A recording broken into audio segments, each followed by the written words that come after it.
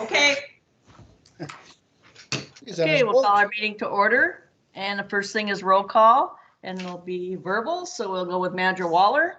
Yes. Manager Winan. Yes. Manager Bradley. Yes. Manager Wakeman. Here. And Manager Preiner here. Okay, and we'll set the agenda. And Nick, did you want to just go through the changes that we have today? Yes, President Preiner, Board of Managers, we would like to remove the compliance hearing from the agenda. Bear with me here. That is action item number 1. Consider compliance hearing on Villas on Quail project. You may have, I'll just note that you may have seen this morning, managers, that we have noticed the permit for administrative action. So you've been noticed of that. Patrick has sent the abatement of the compliance hearing to the various parties, and any site work will come under the provisions of the erosion control permit, or Rule D.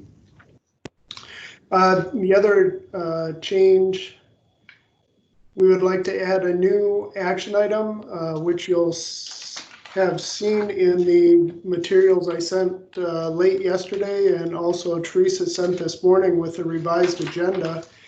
In that revised agenda, it has a new item 2. I guess that would become our number 1 now, and that is consider White Bear Center for the Arts project watershed boundary change. Okay. Also sent out the debit letter we discussed at the workshop. I'll take that up under the administrator update. These items were added to the district website so that all folks can find them. That's Anybody all. else? Anybody else want to add to the agenda or change anything? If not, I'll need a motion. Madam President, I move to approve agenda as amended. Okay, I'll second that. and a second by Manager Winan. Okay, we have motion and second. Any further discussion? If not, it'll be a roll call. Manager Waller. Yes. Manager Winan. Yes. Manager Bradley. Yes. Manager Wakeman. Yes. And Manager Preiner, yes. Okay, approval of the minutes. Madam President, I move to approve the June 24th, 2020 regular meeting minutes. I'll second that, Bradley. We have a motion and a second. Motion by Wakeman, second by Bradley to approve the minutes. Any further discussion? Roll call. Manager Waller. Yes. Manager Winan. Yes. Manager Bradley. Yes. Manager Wakeman. Yes. And Manager Preiner, yes. Okay, the consent agenda. President Preiner, Board of Managers, staff has 1 permit application on the consent agenda today for your consideration, presented with no changes. Any questions from the board? Not, I'll have a motion, please. I'll move the consent agenda, President Preiner. Waller. I'll second that. And a manager by Bradley. And a second by Bradley. Okay, so we have motion and second. Any further discussion? Roll call be Manager Waller. Yes. Manager Winan. Yes. Manager Bradley. Yes. Manager Wakeman. Yes. And Manager Preiner, yes, it passes. Okay, now we go to permits, applications requiring board action. Patrick? Yeah, President Preiner, Board of Managers, starting on page 27, the district does have an after-the-fact variance application for floodplain fill. This is on Long Lake in the city of New Brighton. We'll run through the technical memo here with Houston Engineering. Afterwards, take comments from the board, and I will note that the landowner, John Broghammer, is present here at the meeting.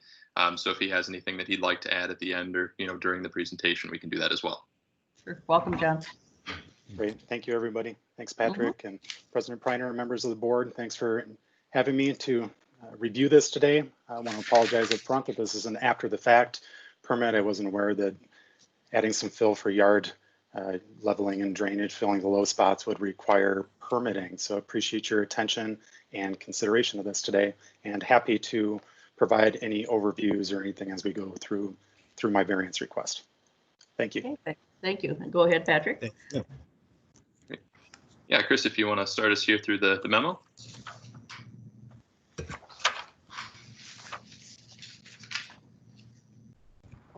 You're muted, sorry.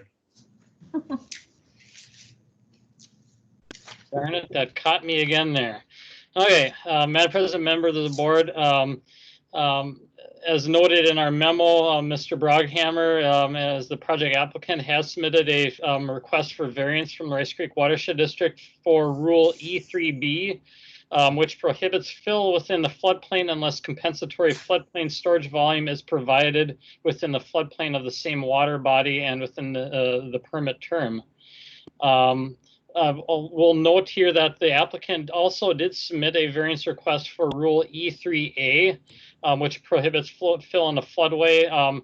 However, that particular rule is not appropriate in this case, as the Long Lake is not a designated FEMA floodway, and so therefore that rule is not applicable and was not considered within this request. And we did evaluate the variance request per Rice Creek Rule L related to permit 20052 as provided in request for variance and statement of undue hardship, which was provided by the applicant and dated May 25th, 2020, and received May 25th and revised on June 25th. And then I guess then we can go forward with the particulars regarding the variance request. Okay. So let's jump into the evaluation of the criteria. So criterion A, how substantial the variation is in relation to district rule requirements. Per criterion A, the applicant has filled approximately 19 cubic yards within the floodplain. District Rule E3B requires that all floodplain fill must be accompanied by a replacement of flood storage volume. Rule E3E allows a one-time fill of up to 10 cubic yards without replacement. Fill above that amount is subject to full replacement, so the replacement obligation is 19 cubic yards unless the applicant removes enough material to stay below the de minimis requirement of 10 cubic yards. Criterion B, the effect the variance would have on government services. The issuance of a variance is not expected to increase the cost or difficulty in providing government services. Criterion C, whether the variance will affect a substantial change in the character of the watershed resources or will be a substantial detriment to neighboring properties. So we consider a number of criteria within this consideration.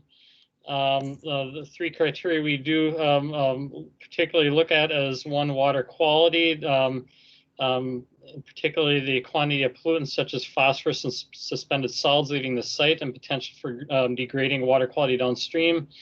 Second being the presence and potential impact of special impaired water bodies as defined by various laws, including Minnesota Pollution Control Agency stormwater program, and whether the water body is impaired or related designations, including wild and scenic or outstanding natural resource value designations. And third, flooding, the potential for damages or other adverse impacts. In reviewing the change, we look at a number of different considerations or criteria that include designations required under state, excuse me, state listings such as impaired waters, whether it's a high quality or non-degraded wetland, whether there is a federally listed threatened or endangered species, whether it's a scientific or natural area defined by the DNR, whether it's a resource protection for from degradation per Rule 7050-0180, or other generally sensitive resources. I'll note that the Long Lake is impaired for nutrients. Previously, the applicant has installed a vegetated shoreline buffer as a method to help improve the water quality and stabilize the shoreline. However, the previous site drainage resulted in channelized runoff to the lake, which bypassed the buffer and discharged directly into Long Lake. The revised grading resulting from the project resulted in the runoff being routed through the buffer zone prior to entering Long Lake. And so in this regard, the work completed did provide a slight benefit to water quality. Otherwise, the variance will not have an effect on water quality. And then regarding whether the variance has a negative effect on the neighboring properties, we considered whether the variance will cause or contribute to a change in the 100-year floodplain, increase the frequency or magnitude of flood damages to adjacent properties, or provide an increased hardship downstream from the peak flow or flood duration. Non-compliance with the mitigation requirements from Rule E3B is not expected to have a negative effect on neighboring properties. The project is proposing a total of approximately 19 cubic yards of fill within the floodplain. The floodplain fill will have a negligible impact on the 100-year flood elevation. It's going to be less than 1/1000th of an inch of increase in the elevation.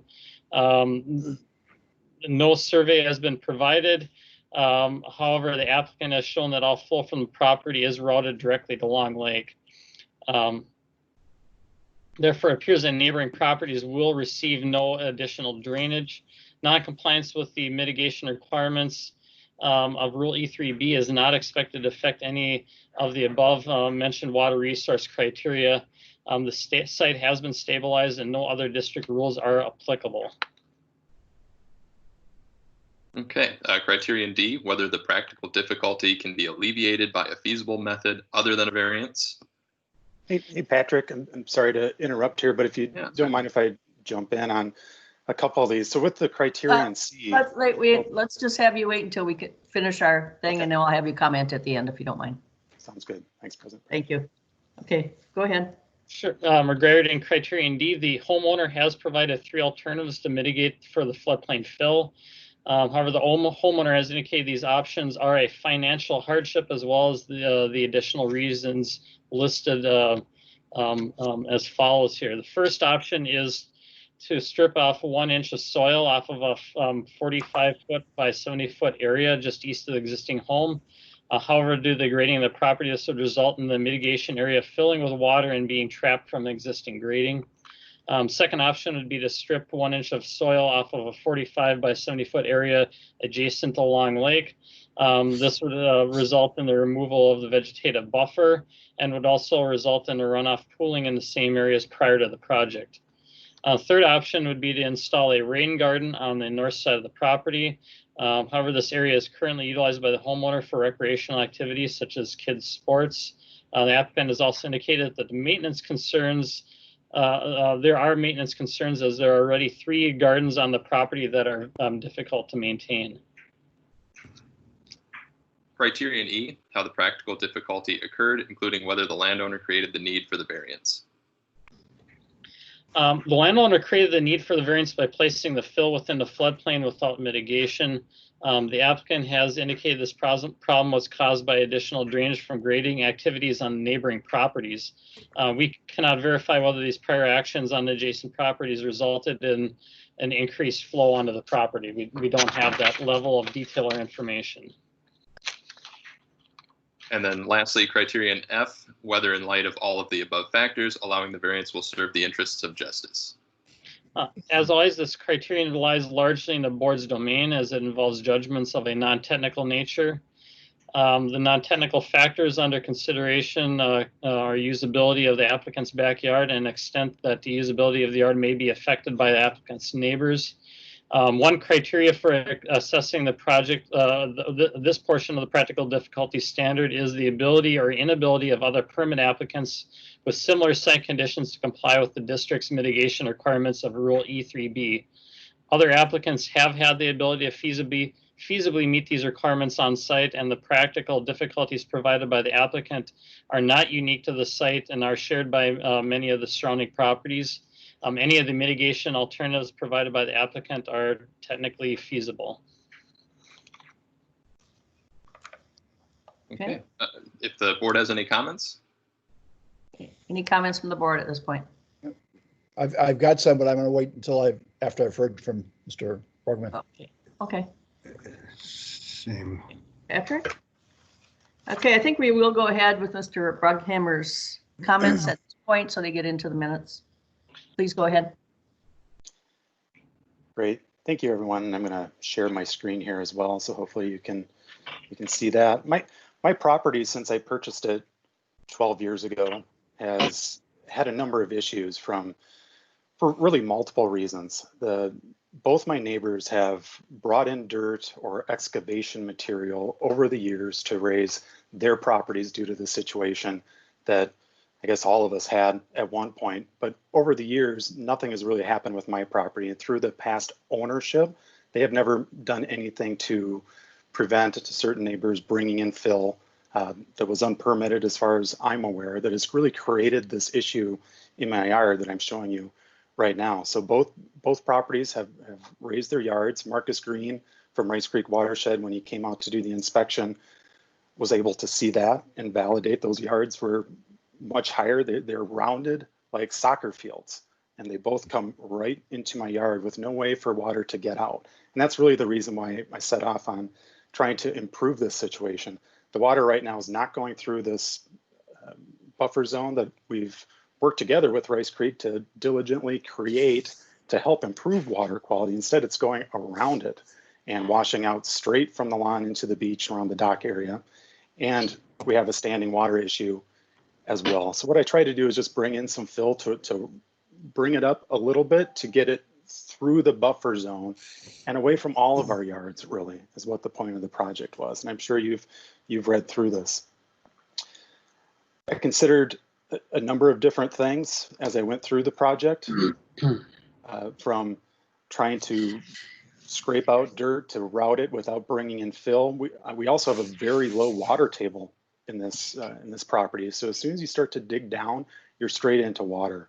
And this would create more of a standing water situation. I don't think it would flow out. It would just fill with water and be standing water in the yard. We also looked at just adding French drain throughout it and trying to get the water out that way. That would bypass the buffer zone. And due to the high water table, we just didn't deem that to really be effective. And that's where we really landed on this solution, which combined a couple of different things, bringing in some dirt, getting it routed through the buffer zone, adding some drain on each side to get the neighbor's water out of our lawn and fix the problem, which has really proved to be successful in that. All systems are functioning based on the rain that we've received and what I've been able to witness thus far. As of June 23rd, this is what it looks like. It just flows for standard from yard to yard, but now the situation's taken care of. So as far as mitigation considerations, we have 9 cubic yards of mitigation per the rules. This is what I'm asking for a variance really upon. The things that we talked about was scraping out an inch of material from various spots. The first one further up in the yard would just create more trapped water. All of these have a cost element. We've invested a lot of money to get our yard to the point that it's at and improving water quality for Long Lake and being an advocate to Long Lake Improvement Association for others to go about doing that because our lake is impaired. Clearly scraping off the buffer zone and an inch off of the lower property recreates the problem. This is what we were trying to fix. And finally, creating a rain garden up in this area on the north side of the lawn. It's an option, but it interrupts recreation for sports for the kids. We have 3 large gardens that we can hardly keep up with as well. And maybe some of you know the feeling on that. And with our water table so high, even when we start digging it out, it's going to create a standing water situation that could probably be habitat for mosquitoes. We just have stagnant water sitting in that buffer, in that rain garden. So at this point, don't feel like any of these are great mitigation options. I'm going to jump down to comment on some of the criterion from the engineering report. Per criterion B, not expected to increase cost for government services. Probably most importantly were the findings for criterion C. Everything I read here is is that this is successful, right? There's a benefit to water quality through what we've done.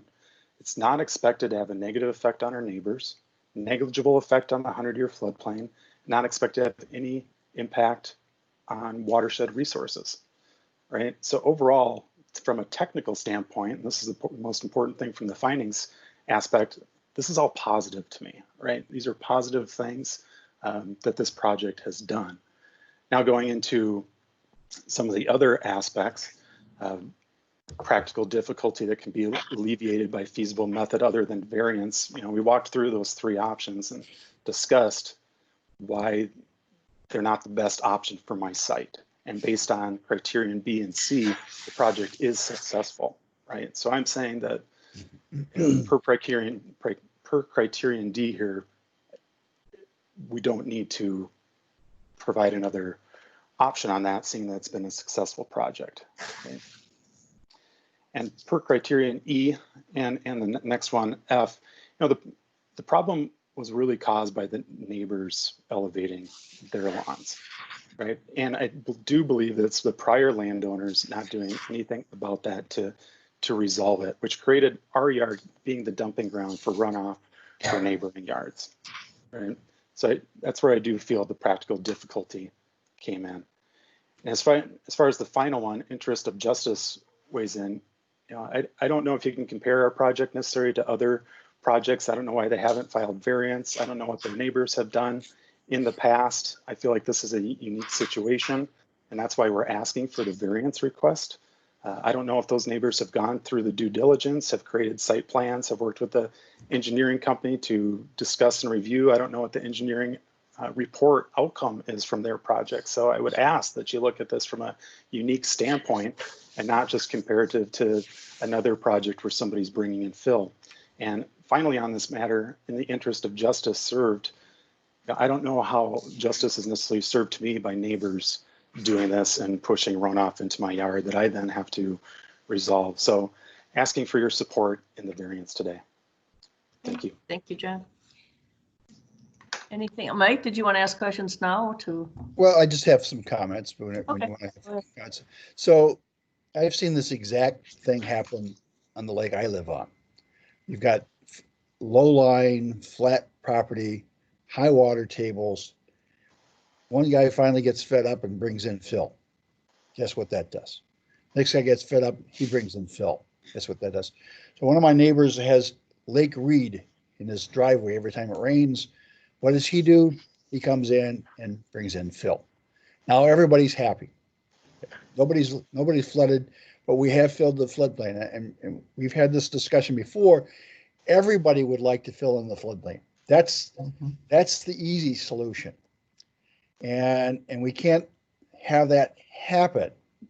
So if it were just this John having bought property and doesn't like water on his property, I'd say we shouldn't do this. But because this is caused by his neighbors, and because he's put in this nice buffer zone for us, and because it drains to it, I would be in favor of granting the variance.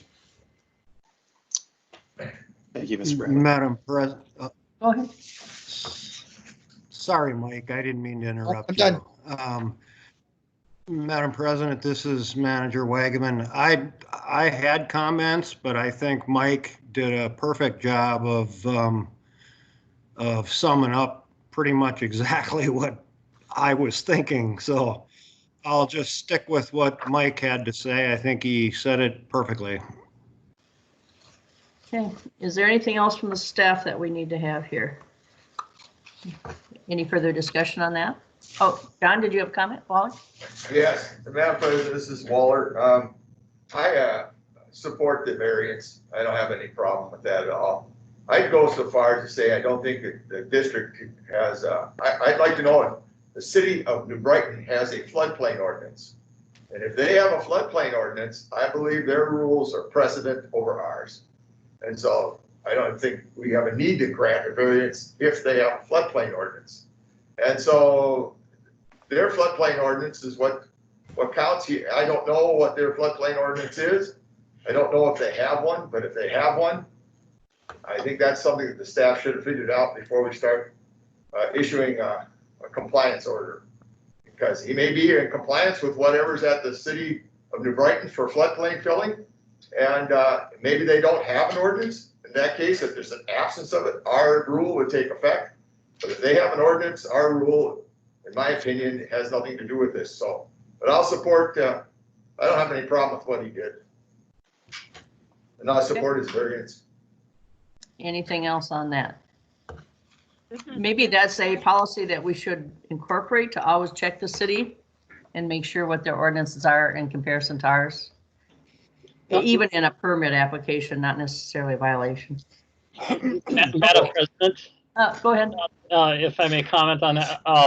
So there's a couple important things to know about that. One is that regardless of what the city has for an ordinance, the district is still responsible for administering its own rules, and the district's rules regarding floodplain are separate from what city requirements may be, and they may involve different elevations and different understanding of what the floodplains are. The cities have not necessarily adopted the Rice Creek floodplain elevations for their own use. And particularly, there are substantial differences between the district's floodplain elevations and what FEMA currently has as the floodplain elevations, which is what most cities administer to. In this case, at Long Lake, we know that the district's floodplain is substantially higher than FEMA's because the district has much better, much improved information and data on what the flood elevations are in this area. And so I would have concerns about relying upon the cities for making that determination because, again, they aren't utilizing the same information that the district has, which the district has invested, of course, a lot of dollars and money into the district-wide modeling program for. So, Madam President, this is Waller again. I'd point out that I believe that in this particular instance of floodplain, if the city has an ordinance, it takes precedent over us. And the reason I say that is that there's a 103D.335 subdivision 19 that specifically says that the watershed district rules are only apply in the absence of a floodplain ordinance from a city.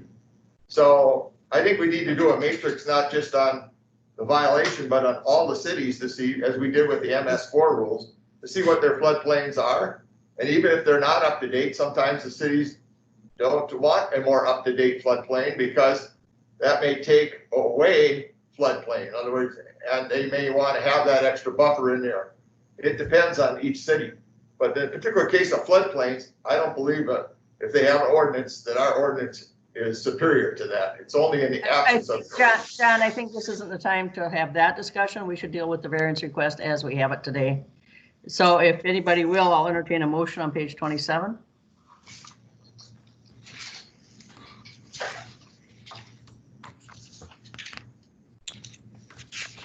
Madam President, I'll move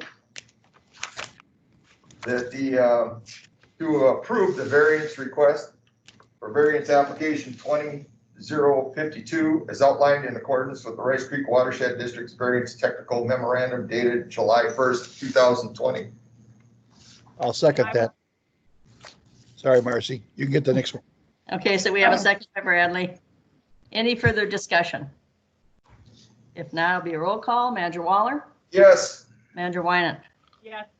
Manager Bradley? Yes, Manager Wagaman? Yes, And Manager Priner, yes. So the variance is passed. Now we'll go to the permit application. Madam President, this is Manager Wynant. I would move to approve we have a number, 052. 20052 is outlined in July 1, 2020. second. Manager Wagaman, oh, go ahead. We have a second by Wagaman. Okay, any further discussion?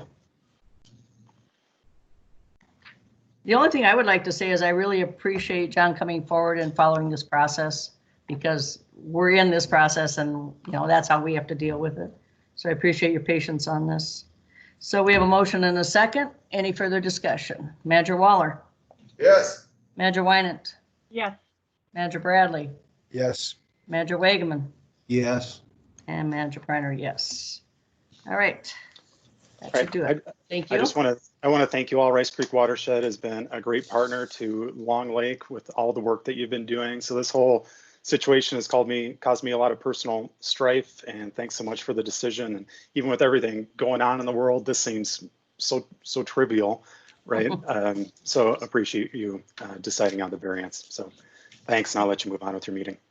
All right. Thank you. Thank you. Okay. Okay, next thing on the agenda is open mic. Is there anybody out there that we can't see that has anything for discussion? Hearing none, we'll follow through to items requiring board action.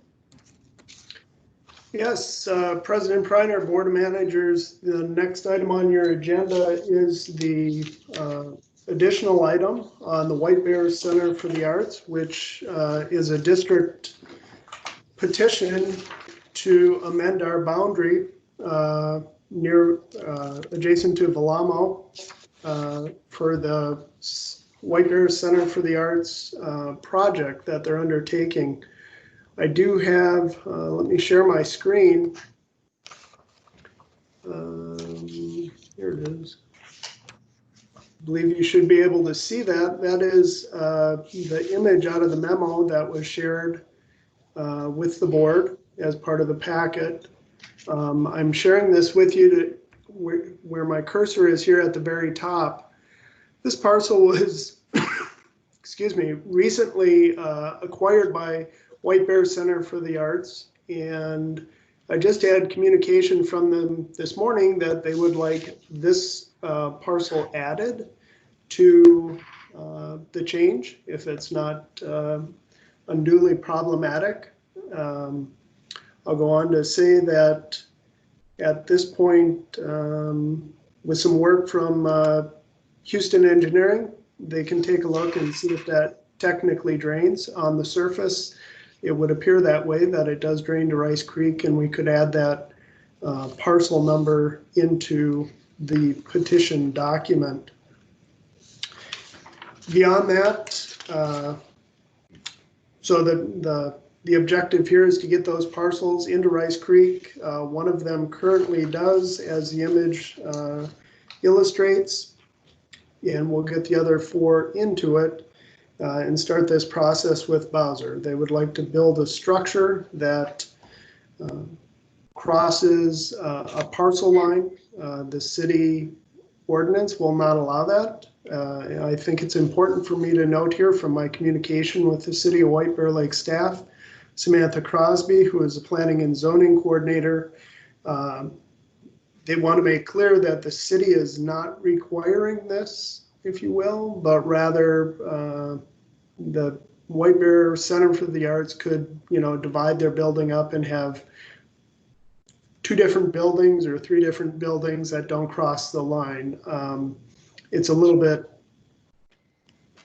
odd statement in my opinion, but I think they just want to make clear that the landowner's development design is driving the need to combine the parcels. The auditor at the county has to assign the parcel once it's combined to one watershed area or the other. It does drain to Rice Creek, so it makes sense for it to be a part of Rice Creek. You know that we've budgeted accordingly to undertake the boundary revisions of Ramsey County, although that is in limbo right now as we work through Anoka County boundary. And the landowner here, again, White Bear Center for the Arts, is anxious to undertake their construction activity, and this is a key requirement. So with that, I'm happy to answer any questions. I'll note that the motion that's within the packet is rather lengthy to cover these items. And I'll just note one of them is to for them to reimburse the district for the cost of this technical memo from Houston Engineering, as well as the petition drafting by Smith Partners. That is an enormous cost. Here we are looking at maybe some revision to that. So my guesstimate is going to be there's, probably south of $1,000 involved there. But it is something we're seeking from them. And then further, we would probably look at an additional item in that motion, which would be to add the additional parcel when the technical information bears out. So happy to answer any questions. I appreciate your tolerance for the last minute addition, and I'm sure White Bear Center for the Arts appreciates it as well. They're aware of the meeting. I did invite them. I don't see that anyone is present online. Nick, do you have a better description of the part of the motion that would describe that parcel to add? So that can be in there. I would look to, I don't have the language at the tip of my tongue. I'd look to Smith Partners, Chuck, if you could suggest an addition there. I want to make sure that it's included properly. President Finer, managers, I would suggest just adding a clause to the motion that says authorize the administrator to incorporate PID 1430 22 11 0052 into the petition. 1430, say that again. 22 22 11 0052. 0052. Okay. All right, so we'll make that clear in there. Madam President, may I ask a question? Sure. Who is to pay the money? Is it Vlamo or the landowners? President Preiner, Yes. Manager Wagaman, I do see that Susie, sorry I don't have her last name in front of me, has joined the meeting. She is a member of the White Bear Center for the Arts. But as she's coming online here, Manager Wagaman, we are looking for the landowner, which is White Bear Center for the Arts, to pay the cost of the drafting of these materials. Okay. Do you want to bring Suze in and describe what you've proposed? Yes, President Preiner, Susie, I see you're online here. I did admit you to the meeting. Could you introduce yourself and tell us how you are involved with White Bear Center for the Arts? Good morning. Thank you. I'm sorry, I was under the impression it was an evening meeting today and only heard a minute ago that it was Yes. happening right now. So my apologies. And I'm the executive director at White Bear Center for the Arts. I've been there 17 years. So very close to this project and very much appreciate the board reviewing our petition today. President Preiner, if I could, Susie, I did disclose to the board the interest that you had in the addition of the parcel to the north. We exchanged that, my information was showing up under a different name. I understand that the White Bear Center for the Arts recently acquired that parcel. I shared with them that based on our engineer's technical review and so on, we should be able to add that parcel to the petition. And our attorney has provided some suggested additional motion that would bring it into the fold. And I did make the board aware of my discussions with Alan, and you were on some of that email chain in regards to covering the cost. I don't have an exact number, but I will say it's my belief it would be $1,000 or less, or somewhere in that neighborhood to cover this. I was just, because I did not hear the motion or the conversation before just now, is $1,000 per parcel then, or for the entire redistricting? Yes. Boundary. President Preiner, Board of Managers, $1,000 is just a ballpark estimate of the total cost for the engineer to do the memo and for the legal time to draft the petition. So I'm just ballparking what that amount may be, Sure. just so it's clear to you as the landowner. Yeah, I certainly think that would be an agreeable, ballpark amount. Not having experience in this before, just looking for some kind of range, but for the project of this size and for the long-term unification of all properties now owned by White Bear Center for the Arts, if it's possible to include it in at this time or in this, petition, that would be terrific. Yes. President Preiner, if I might, and not to extend this unnecessarily, but for the sake of all of the parties that are online now, Susie, I will note that, and board, again, that the city of White Bear Lake does not see this as a requirement of their rules, if you will, that you could create an alternative building design and meet the obligation. But as I understand it, White Bear Center for the Arts has defined a design that proceeds with their goals. And so combine the parcels and we move forward. The only other note that I would make here is once the parcels are combined, they contribute to and become a part of Rice Creek Watershed jurisdictional area. As you know, you'll have to obtain a permit from the district. That is a separate additional matter that we'll have to work through. The timing and outcome of the state, that is the Board of Water and Soil Resources, in response to this petition is not something under our control. We'll assist and move forward as quickly as we can. Obviously, we're looking, and the petition notes the letters of support. I did get the one from the Arts Center. We'll look for one from Velamo and such. With that, President Preiner, I turn it back to you. Thank you. Madam President? Go ahead. So the last time we had one of these where it was initiated by a citizen, it was a complaint up in Hugo. And we undertook a major revision up in that area, and we certainly didn't charge that person for it. And it seems to me that we have a policy that we've initiated and followed for some time that we want to get it right.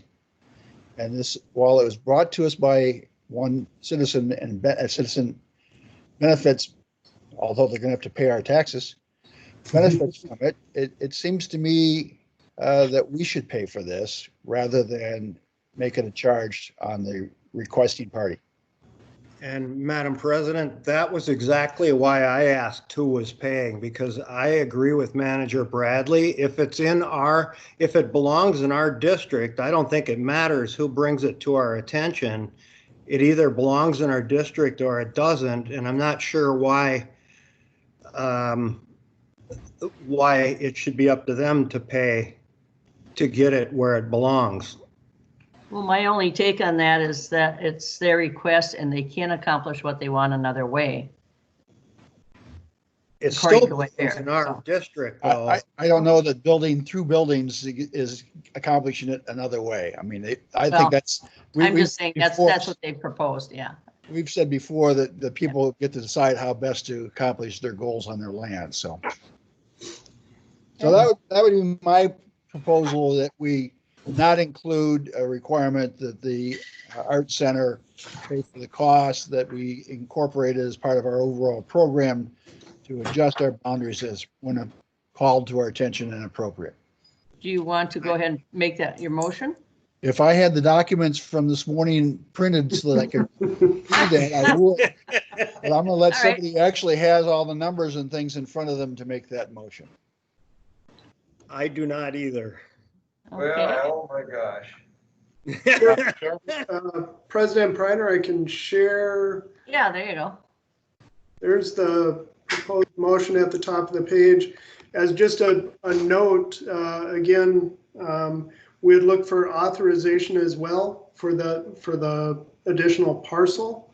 I believe President Preiner wrote down the number, and yeah, I'll leave it at that. So whoever does the Okay, proposal, go ahead. I didn't write down the number, so somebody who wrote down the number needs to, I think I saw Marcy writing the number down.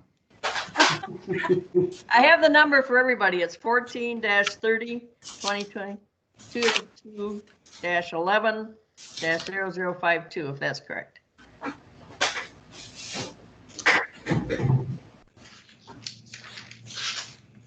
Fourteen 30. -22-011-0052. Is that correct, Nick? Or, Chuck? All right. Madam President, I would move, we approve the petition with further non-substantive changes and on advice of council, authorize the board president to sign the petition, and authorize the administrator to file a petition with the Board of Water and Soil Resources on receipt of statements of concurrence from Vadnais Lakes Area WMO, the City of White Bear Lake, and the White Bear Center for the Arts, including, I believe, 4 parcels, including the one that was just added, 14-30-22-011-0052. I'll second that, and that makes a total of 5 parcels, and 5 parcels, thank you. Yeah, and I agree that this should be general tax paid up by the district, no charge for $1,000. Okay, Madam Chair, go ahead. Did I say it wrong? just a note, this is council. The petition itself only concerns 4 parcels because one of them already is within the district. Oh, okay. Oh, all right. All right. Let the record reflect 4 parcels. And we still have a second. Still a second, yes? Yep. Okay, we have motion and a second. Any further discussion? Hearing none, we'll go to a roll call vote. Manager Waller, Yes. Manager Wynant, Yes. Manager Bradley, Yes. Manager Wagaman, Yes. and Manager Reiner, yes. Okay, thank you very much. Thank you, Susie, for coming on board. Thank you very much. And I'll just highlight that when we developed our stormwater rain gardens with the building we're currently in, we were honored with an award from Rice Creek Watershed District for the beautiful job that was done by an area artist. So we look forward to expanding on that and creating a really, what I hope will be a highlight for Rice Creek Watershed District. So thank you very, very much. We really appreciate your support on this. All right, thank you. Thank you. We'll look forward to seeing it get done. We'll send you pictures and invite you there. Thanks. Okay, the next thing on the agenda is the check register. Madam President, I move to approve the check register dated July 8th, 2020 in the amount of $51,614.77 prepared by Red Path and Company. I would second that. This is Manager Wynant. We have a second, and it'll be a roll call. Oh, are there any further questions on it? Manager Waller, Yes. Manager Wynant, Yes. Manager Bradley, Yes. Manager Wagaman, Yes. and Manager Reiner, yes. Passes. Okay, items for discussion, rule revision. Yes, President Preiner, Board of Managers, this morning we'll have an update on our rule revision. It's the proposed rule change summary, if you will. I think it would be good for us to add maybe a short addition there on the question raised about floodplain and the municipalities, et cetera. But we do have a PowerPoint here to run through this and capture what we've established to date. Chris, I believe you're going to share your screen and lead us through that, and then we can discuss as needed.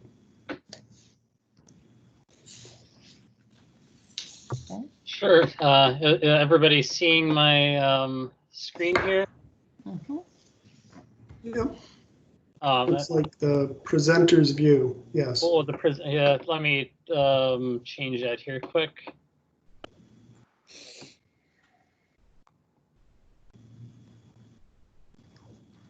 There we go. Okay, so what we want to discuss here today be 4 specific items. First, talking about the specific language on the priority revisions. We have discussed these revisions before generally, but we wanted to talk about some of the specific language in here. Again, with an eye on potentially noticing these in the upcoming month. The next item would be to discuss some of the items that we have not discussed previously. These are more administrative type items that we wanted to get those in front of you to have a discussion at this time. Then we wanted to have an open floor discussion on any proposed revision text that has not otherwise been covered, which, you know, and I realize this, we have not provided that text, so that will be a challenging one to have a discussion on, but we can have a little further dialogue on where we're at on that here shortly. And then the last item would be an open floor for suggested revisions that we have not been identified by staff yet to date. One thing we want to know is that we did not have an intent to go over revisions on a line-by-line basis. There will be another opportunity for comments on other parts of the rule revision at the August workshop, and we'll talk a little bit about the schedule here at the end of the presentation. So quickly, I'll mention the rule modifications we have discussed in prior board workshops. First of which is the public linear treatment requirement, and the change that we have here was to get more in alignment with MS4 requirements. Another one was the single family residential exemption and providing a clarification on what we mean by single family within that exemption. The floodplain replacement de minimis requirements. Another one would be regarding the wetland buffer requirements. Rule I, public drainage systems, and then Rule G, conveyance systems. And I'll talk about these in detail here as follows. First one is the public linear water quality treatment requirement. So again, the issue we have here is that under the current rule, we have a treatment requirement of 3/4 of an inch over new impervious surface. This is less than the draft MS4 requirement. So what we are proposing to do under Rule C6, C2 would be to provide, to modify that so that the treatment requirement would be 1 inch over new impervious surface. So essentially, we're just striking out the 3/4 of an inch, replacing with 1 inch. Again, that is just over new impervious surface. You may recall in previous rule revisions, we had eliminated a requirement for treatment on public linear projects for reconstructed impervious surface. I'll note that the draft MS4 requirements, they do have an alternative trigger that would require treatment of a 1/2 inch over reconstructed impervious surface if that volume would be greater than the 1 inch over new impervious surface. So making this proposed change wouldn't completely be in alignment. However, based on the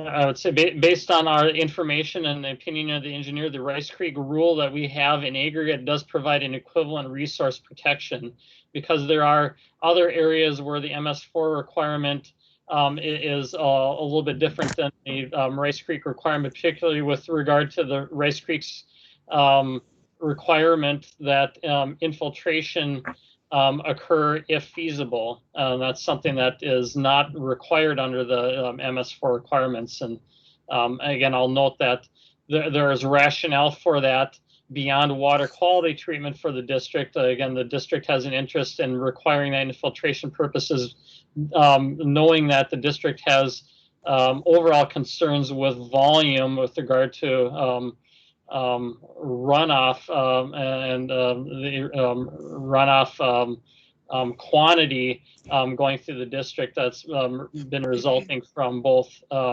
development and changing rainfall patterns. So we feel that that's an important part of the rule, and that again, if we make this change from 1 inch or from 3/4 inch over the new impervious to 1 inch over new impervious, we do provide better alignment with MS4 requirements, and we have again equivalent resource protection as the MS4 requirements. So I guess with that, that was a lot to maybe digest quickly. And I guess if the board has any questions on that, please ask me now. Otherwise, I can move on with the next item. How I'd like to kind of do this is to take each item and get a consensus of the board just to agree to move ahead with each one as you proposed. Does that make sense to everybody? So if there's any discussion, it'll be on an individual issue. So let's take this one. Does anybody have any question? Any of the board members have any questions about it or comments? Any questions or comments? You know, Madam President, this is the first time I've seen this, and so it wasn't in the packet. So I really haven't had any time to think about it or look at it. So I'm hesitant to say, okay, it's wonderful, let's go on without having to digest whatever he's proposed yet. So that's Okay, my only comment. Okay, well, let's start out. I'd like to get it in writing too, you know, because like I said, it wasn't in the packet, right? So. No, it was All right, not. move on. It was not in the packet, but then I would like to say if we'll do it, everybody will get it in writing, and then we'll set a time to let the staff move forward on it. Does that make sense to anybody? I just don't want to drag it out and sit for months. We're trying to accomplish your timing, whatever your timing is, Chris, on this. Yes, President Preiner, Yep. Board Managers, Chris. So our purpose here is to bring closer alignment between board consultant staff on what we're trying to achieve here. Okay. So PowerPoint for the discussion, and then obviously we have to draft the language or refine it to reflect any comments we received today. You'll get the actual language here coming up August workshop, I believe was a previous slide. And we can certainly take any additional thing beyond there. Need some guidance on what we're drafting though, I think is what and that's what I was proposing is if there's comment on this, the staff needs to know it. Well, I have one question on this one. This is Manager Wagaman. It says the MS4 requirement has not been enacted and may or may not be enacted prior to Race Creek's adoption. Do we want to adopt, change a rule and then they end up not doing it? Just a question. I don't know the answer, but. Yeah, President Preiner, Board of Managers, Manager Wagaman, it's a good question. I'll start with just noting that the state, as it moves through its work, its speed is a little bit different than the district. I'll note that again, as a regional authority on the surface waters, your goals and your rules that try to achieve those goals are fine-tuned specific to your area. We are trying to make sure that there is some alignment here. The language that you have here is based on what the state has drafted to date and what we believe is very likely to be approved. They did provide this out for informal comment, the state that is. And so, there is some certainty there, but no guarantee, of course. Could I ask one more question? Is this something that we would do without the MS4?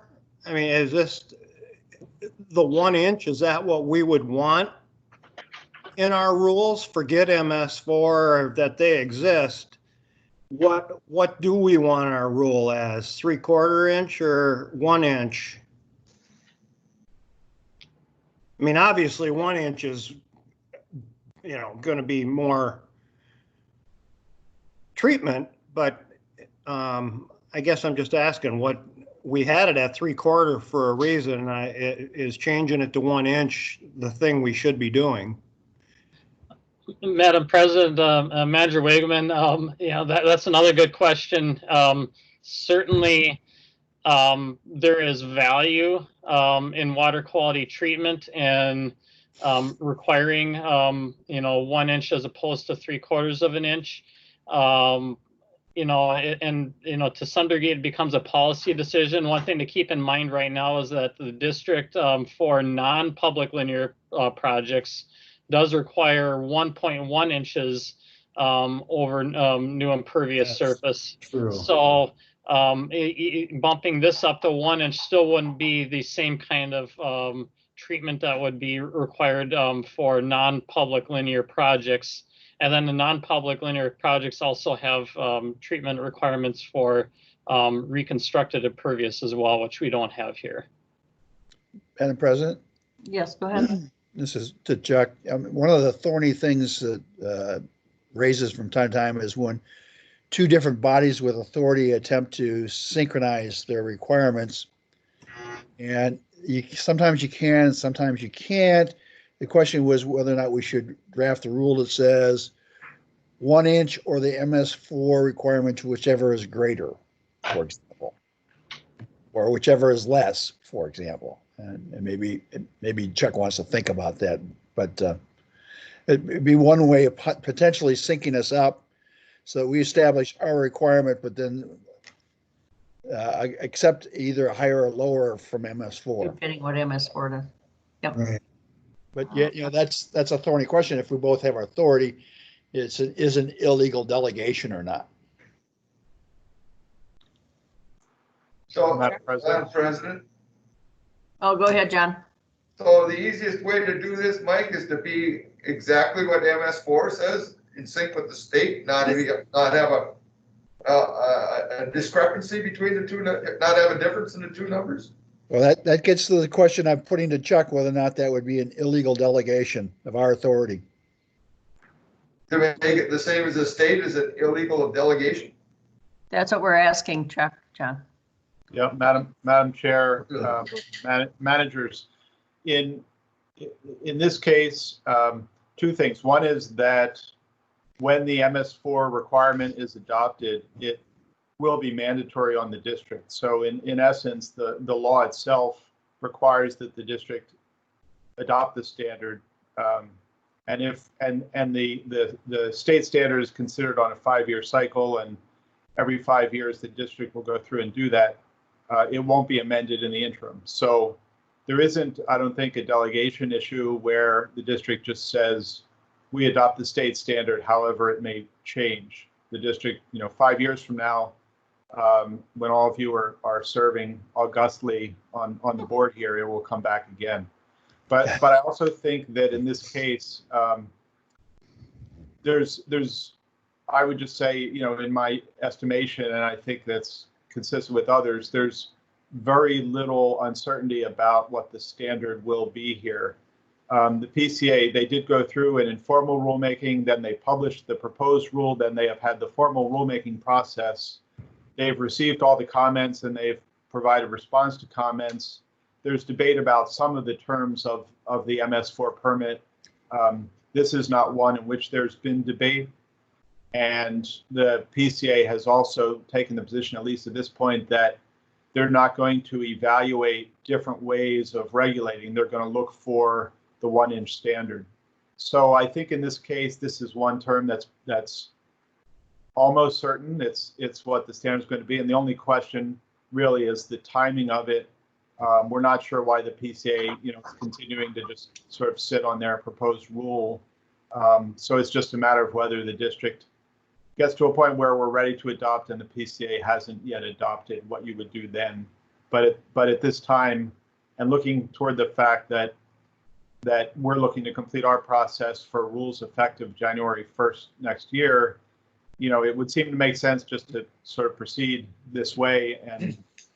And when we get closer to January, if the PCA isn't moving forward, then we'd have a question. Okay, thank you, Chuck. Madam President, can I ask one clarification from Chuck? Sure. Did you say that we are bound by the whatever the MS4 rule comes out as, that's what we're bound to change ours to?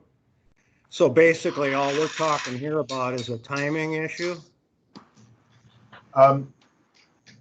Madam Chair, Manager Wagaman, that's basically true. The MS4 permit is a strange animal. Basically, the district has to get a permit from the PCA, and part of its obligation is to adopt rules that meet standards that the PCA specifies. So that's the position that we're in here. Okay. So basically what we're saying is if we go ahead and adopt this, we'll be in compliance with the MS4. Even if we're ahead of time a little bit, at least we'll be the same as them. Yeah. So Madam President, unless it causes people difficulty because they want to go to one place to know what the rule is. I mean, if that's the issue, then it's nice to have the standard expressed in our rule so it's right there. But if in fact the MS4 is going to control, then we could put our standard as 1 inch or the MS4, whichever is, I like that. If it's different. Yeah. Yeah. Madam President, Go ahead. so I'll support the MS4 rule. Seems to me the minimum standard, and that's what I'd like to see done. So we're in sync with the state, and not necessarily that we're more stringent than the state, but we have the minimum of what the state requires. Yeah, and I think that can be accomplished through Mike's statement.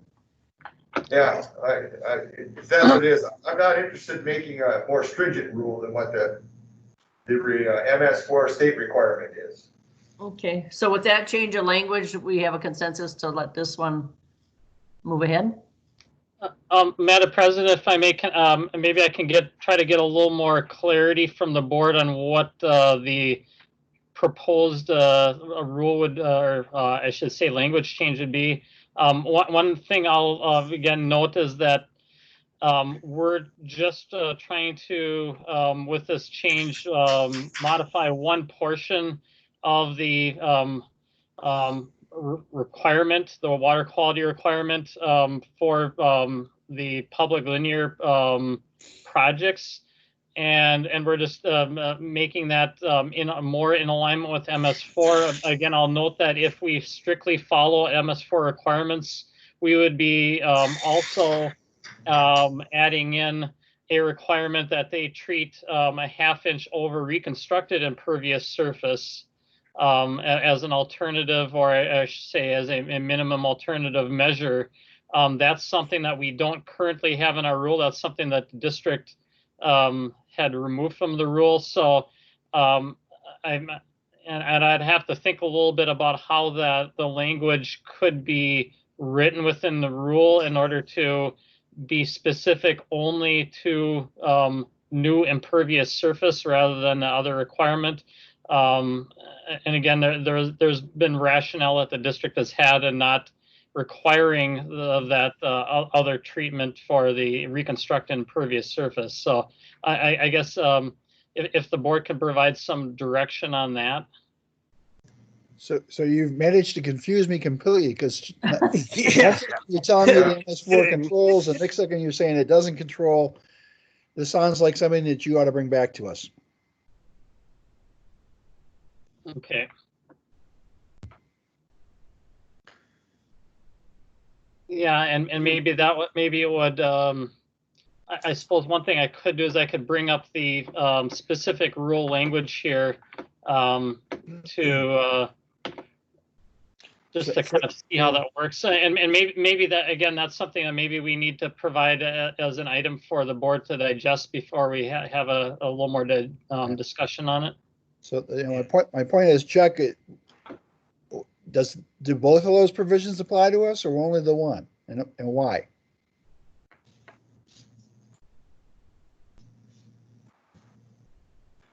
Madam Chair, Manager Bradley, the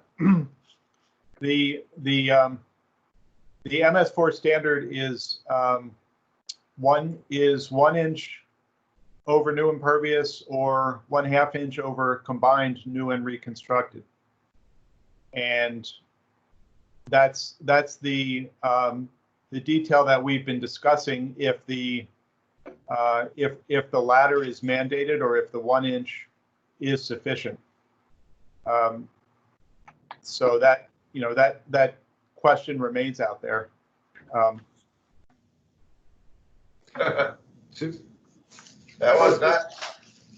did not lessen the confusion. No. President Okay. Reiner, Okay. yes, this is a challenging subject, so I'm simply gonna maybe back up a little bit. So the MS4 requirement is a state, excuse me, a statewide requirement, right? Made to apply, you know, whether we're up along the North Shore or in southern Minnesota or here in White Bear, Rice Creek, excuse me. And the district, as a watershed management organization, is trying to fine tune a set of rules that is specific to your watershed and your understanding of it. A lot of that is through what Houston does to us. I'll note the district-wide model. Chris made note of the volume constraints that the district have. We have too much water. We need more storage, if you will, and to manage that so our conveyances can handle that load. So our rule is stepped in that direction, requiring infiltration. The MS4 rule does not require that. And any other, you know, we're in some of the detail here of comparing ourselves to MS4 and how that might be.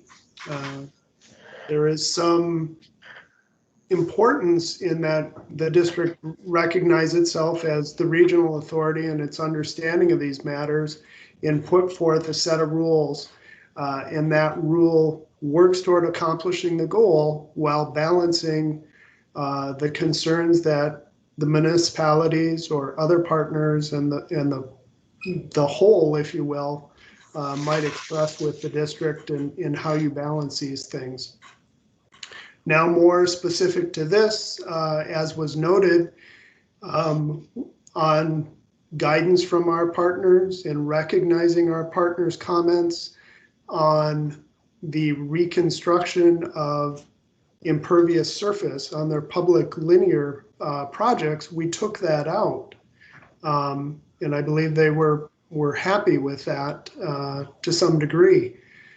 And Chris is recognizing that here, that the current MS4 rule requires treatment on that reconstructed impervious surface in reconstruction of the roads in some cases. But he says, that being the case, we still find our rule to provide the equivalent outcome that maybe, covers the issue that the MS4 is looking for. Your permit that the district is required to have for the MS4 technically is sound for that reason. Complicated stuff. I hope I didn't make it any worse, and I'll defer to your consultants if they have something to add to that. This is Manager Wagaman. Can I just ask, I want to make sure I'm even understanding the issue here. We changed it so that there was they had to do no treatment on the linear if it was just the repay, just the topping. And you're saying that the MS4 may require that. So are you saying that we may have to change our rule back to match the MS4 so that we would have to have a 1/2 inch of treatment? Or are you saying we have another way of covering that? President Preiner, Manager Wagaman, Board, in the simplest of terms, we have another way of accomplishing the goal Okay. that our engineer is finding technically reasonable. Okay, thank you. Madam Chair. Go ahead. This is Marcy. Sure. On this chart that we followed, this is the only rule that is less than the MS4 requirement. So as I'm understanding this, if we go with, if we adopt the MS regulation, we will now be requiring the cities to do more than what we currently are asking them. Is that correct?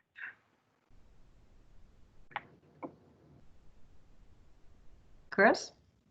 Yeah, Madam President, so we feel like by bumping this up to 1 inch, we're going to be providing effectively equivalent resource protection as what MS4 would be requiring.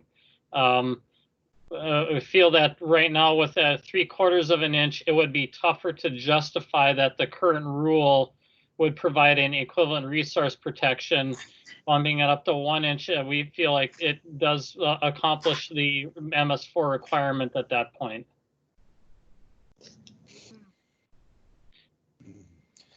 So if I can put a small, maybe put a cap on this, it sounds like if we go with a 1 inch, since we can always be higher than the MS4, but can't be less, we're likely to be good for 5 years.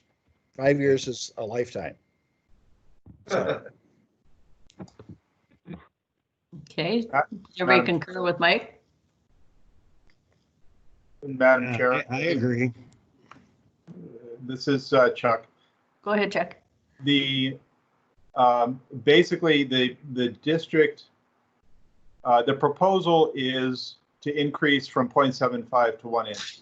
That's the 1 inch is the MPCA standard, and so that's basically a required increase in treatment that the district has to adopt.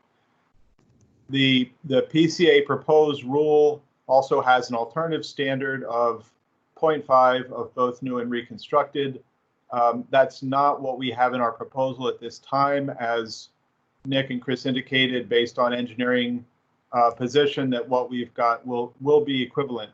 But as we move through the rulemaking, we may come back to you based on where the PCA is and the PCA's judgment as to whether we need to conform literally and incorporate also that that standard that applies to both new and reconstructed.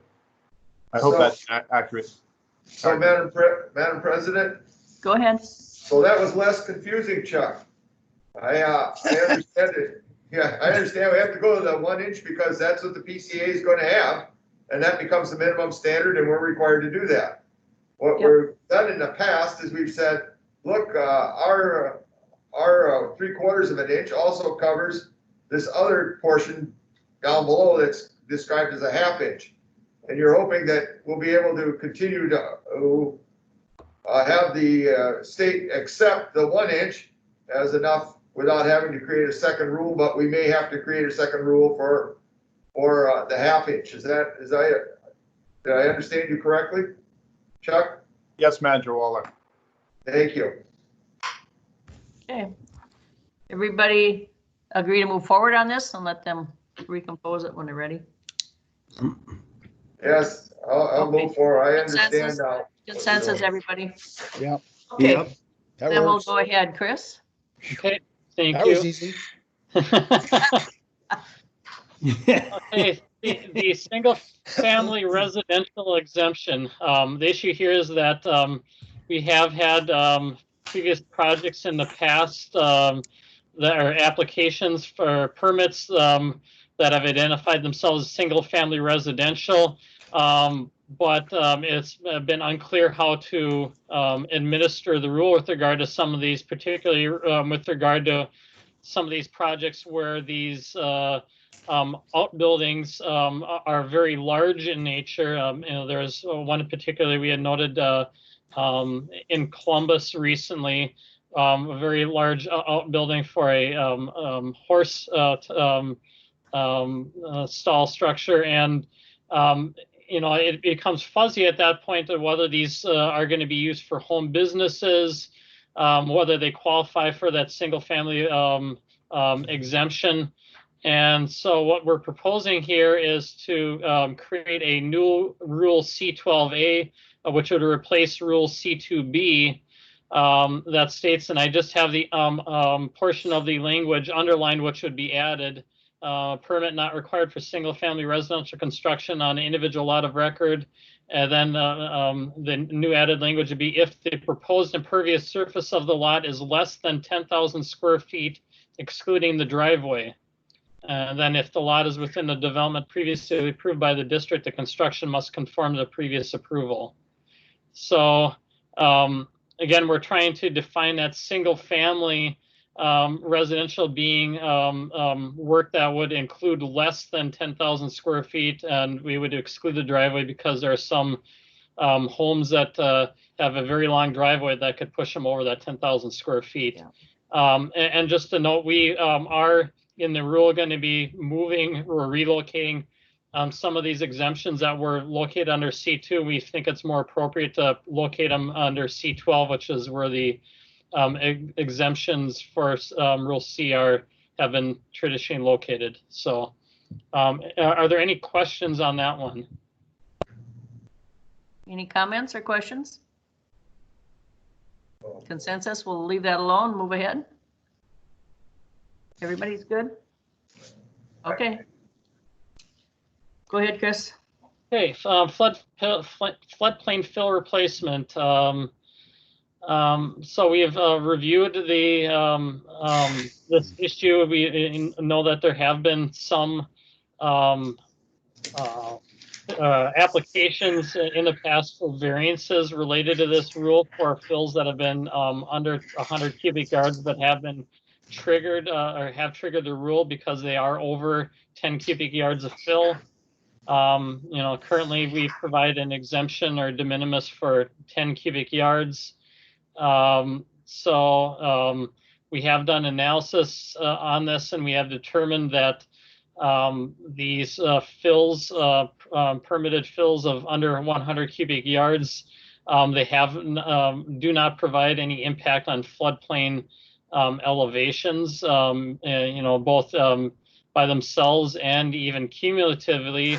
We had provided you a graphic a few workshops ago where I'd shown the relative volume that is created and fill for the various permits that we've approved, and the amount of fill provided for permits of under 100 cubic yards has been negligible, and again won't result in any sort of impact on the resources. So what we've provided for a solution is a modification of Rule E, where we changed that previous exemption from 10 cubic yards up to 100 cubic yards. And then for clarity, we've also provided, as you can see, the underlined text here regarding public linear projects, that this exemption applies to public road authority on a per project, per floodplain basis. Again, previously, how we apply that on a public linear project was unclear, and we wanted to add that to provide more clarity that it's, again, on a per project basis. Madam President? Go ahead. I'm looking at the language that says, if there is no adverse impact. Now, we just did one of these things where the impact was 0.001. It's certainly de minimis, it's immaterial, but there is some impact. So I'll pose to our experts here whether or not we want to put a different qualifier rather than if there is no adverse impact, there is no material adverse impact or no significant, whatever. Yeah. If there's something we want to do other than no. Madam President, Manager Bradley, yeah, that's a good point there. I mean, we want to make sure that we're clear that, we're not I guess, providing a mixed message in here. Well, as I read it, when I say see no adverse impact, and how we've looked at it within the rule, we take adverse impact, meaning that's something that could be damaging. Certainly, we could change that from adverse to substantive impact. And I think that would be provide, maybe either equivalent or better clarity there. One thing I'll note is that when we provided that number in the with regard to that variance, we said less than 1/1000th of an inch. It's at that point, we consider that to be effectively zero. In fact, if we look at floodplain elevations, anything that's less than, say, a couple of hundredths of a foot, we would consider to be effectively zero, because it's well beyond the scale of anything that we could potentially even model. We don't have that kind of precision within our modeling. So from an engineering perspective, we consider those to be zero change. And that's how I would typically review that with regard to a permit on this. And again, I would offer to the board that if we want to change that from adverse to substantive, I think that would be equivalent. Or if there's any other suggestions on the rule change, I'd definitely be glad to hear. Madam President. By that though, excuse me. This is Manager Wagner. Substantive or substantive, however, I can't say it, but that seems to me a little vague, where we could have a lot of disagreements over what a substantive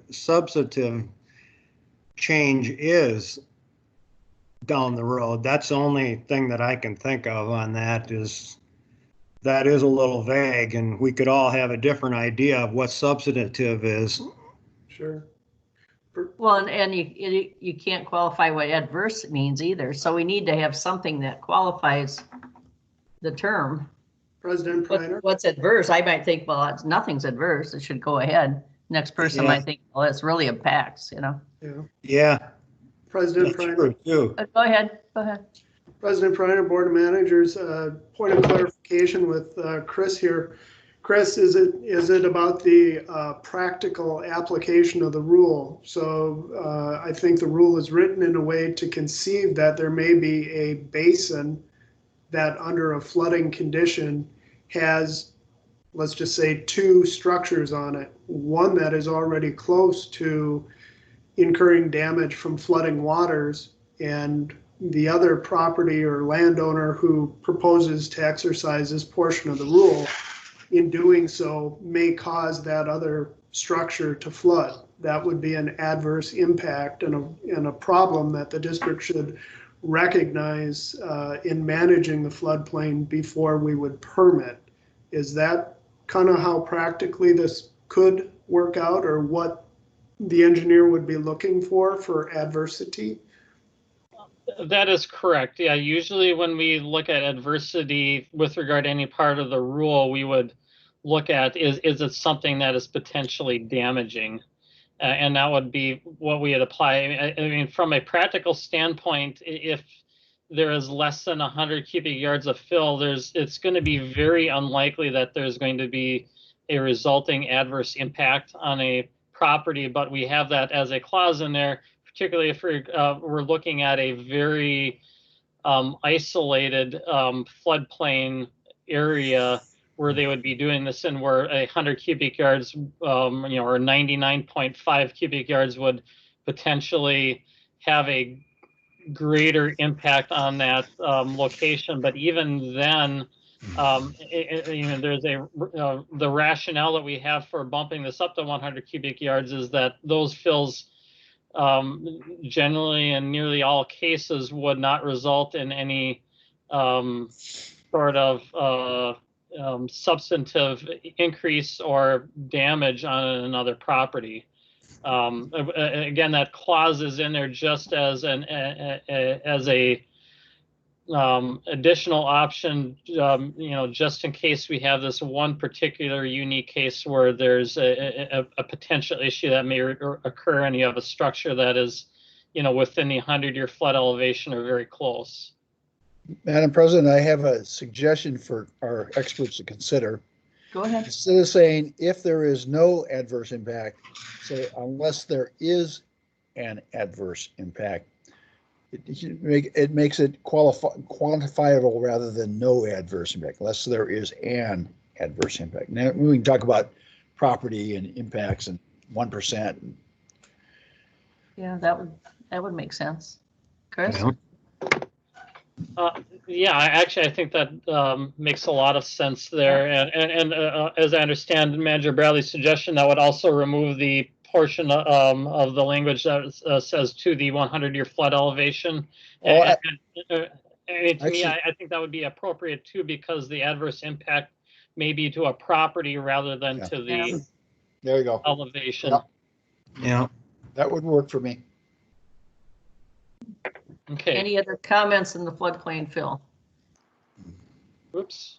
Anybody else? Consensus? Okay, I'm gonna move on from that then. Everybody's good. Go ahead. Okay. I'm sorry, I'm having a problem with my mouse here. Okay, the wetland buffer. We again have the issue that the minimum buffer that we have currently in the rule is challenging to meet. This has resulted in a number of variance requests. Yep. And we've seen this in a lot of cases where the applicant has placed a parking lot or structure or whatever that has curb on it that would not be allowing water to directly flow from the impervious surface into the wetland area, yet the current rule would require them to have the buffer, and there's little value then at that point in having that buffer in that case, particularly with regard to the water quality side of things. So what we're providing as a solution would be modifying the rule F6E2 to state that the buffer adjacent to the wetland within the final WMC must average at least 50 feet in width and measure at least 25 feet in width at all points of inflow. And so here we would, and then we also would be deleting a clause that states for private projects dedicating public right-of-way. And what I can do here is I can show you maybe how that looks like redlined in the exact language here. Remind me what WMC is. It's a wetland management corridor. So that's the area that the district has placed additional interest in protecting, particularly within regard to these CWPMP areas, so that there's kind of a continuous corridor of protection along linear portions of the wetland.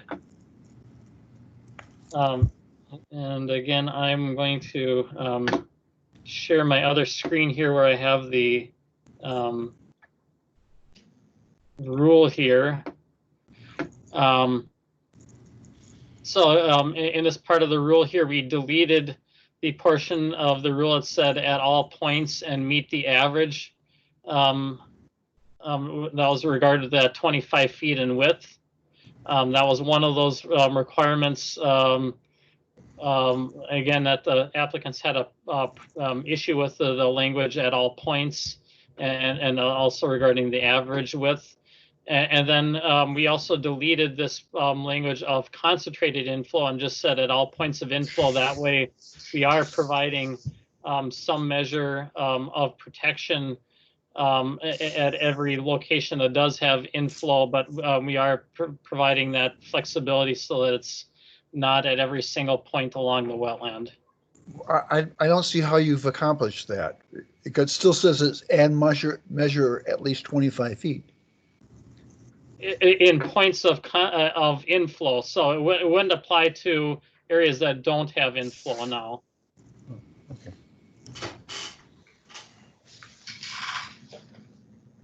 So essentially, we're before they would have to meet 25 feet everywhere. Now we're only requiring to meet the 25 feet at the locations where they have an outfall from their property. And this would actually take care of nearly all of the variances we've had on this topic to date. That's what I wanted to hear. Okay. I understand now. Thank you. And then regarding this other language that we deleted from here, and this was, you may recall that we had that one recent variance in Columbus where they actually had an existing driveway that the rule would have required a buffer along that driveway, but the buffer didn't exist already because the driveway was there. And we feel that variance could have been avoided if we would have been able to go to the TEP under this other portion of the rule and get support for a a reduction in that buffer requirement due to the fact that they have that existing condition. But we were limited in the rule because that part of the rule only involved private projects dedicating public right of way. And, from staff's perspective, it didn't really make a whole lot of sense for that portion or that, I guess, exclusion within the rule to exist. Okay. Comments from the board? Any other comments on this? All right, continue. Okay. I'll jump back to my other screen here. Rule G, regional conveyance systems. And so in this under Rule G, it previously regulated both non-103E systems and 103E systems. And, we recognize that how the district does its regulation on those systems is inherently different, particularly with regard to the district's role as the drainage authority and the additional requirements under statute 103E that it needs to consider. So, district staff felt like it was important to have these rules separated so that we look at non-103E systems under Rule G and 103E systems under Rule I. In order to accomplish this, we needed to add a couple of definitions. One was adding a definition of conveyance system. That's under Rule B where the definitions are included. And that essentially then Rule G would involve conveyance systems as a whole that are regional in nature as opposed to just involving I should say culverts and crossings of systems.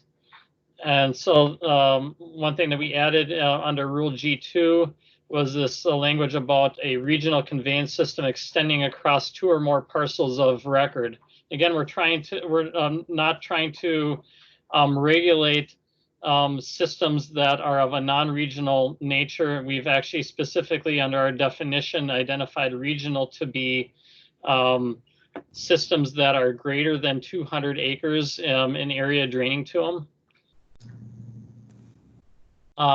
One thing that I will note is that in doing this, in this definition of what a regional conveyance system is, we should note that it is not meant to be the same thing that we identify in the watershed management plan as a trunk conveyance system. We're using similar sounding names for 2 different things. The trunk conveyance system really relates to how the district works on and manages systems within its district, particularly regarding to funding of that management, whereas the regional conveyance system term is meant to identify what systems are on our landscape that the district regulates versus not regulating.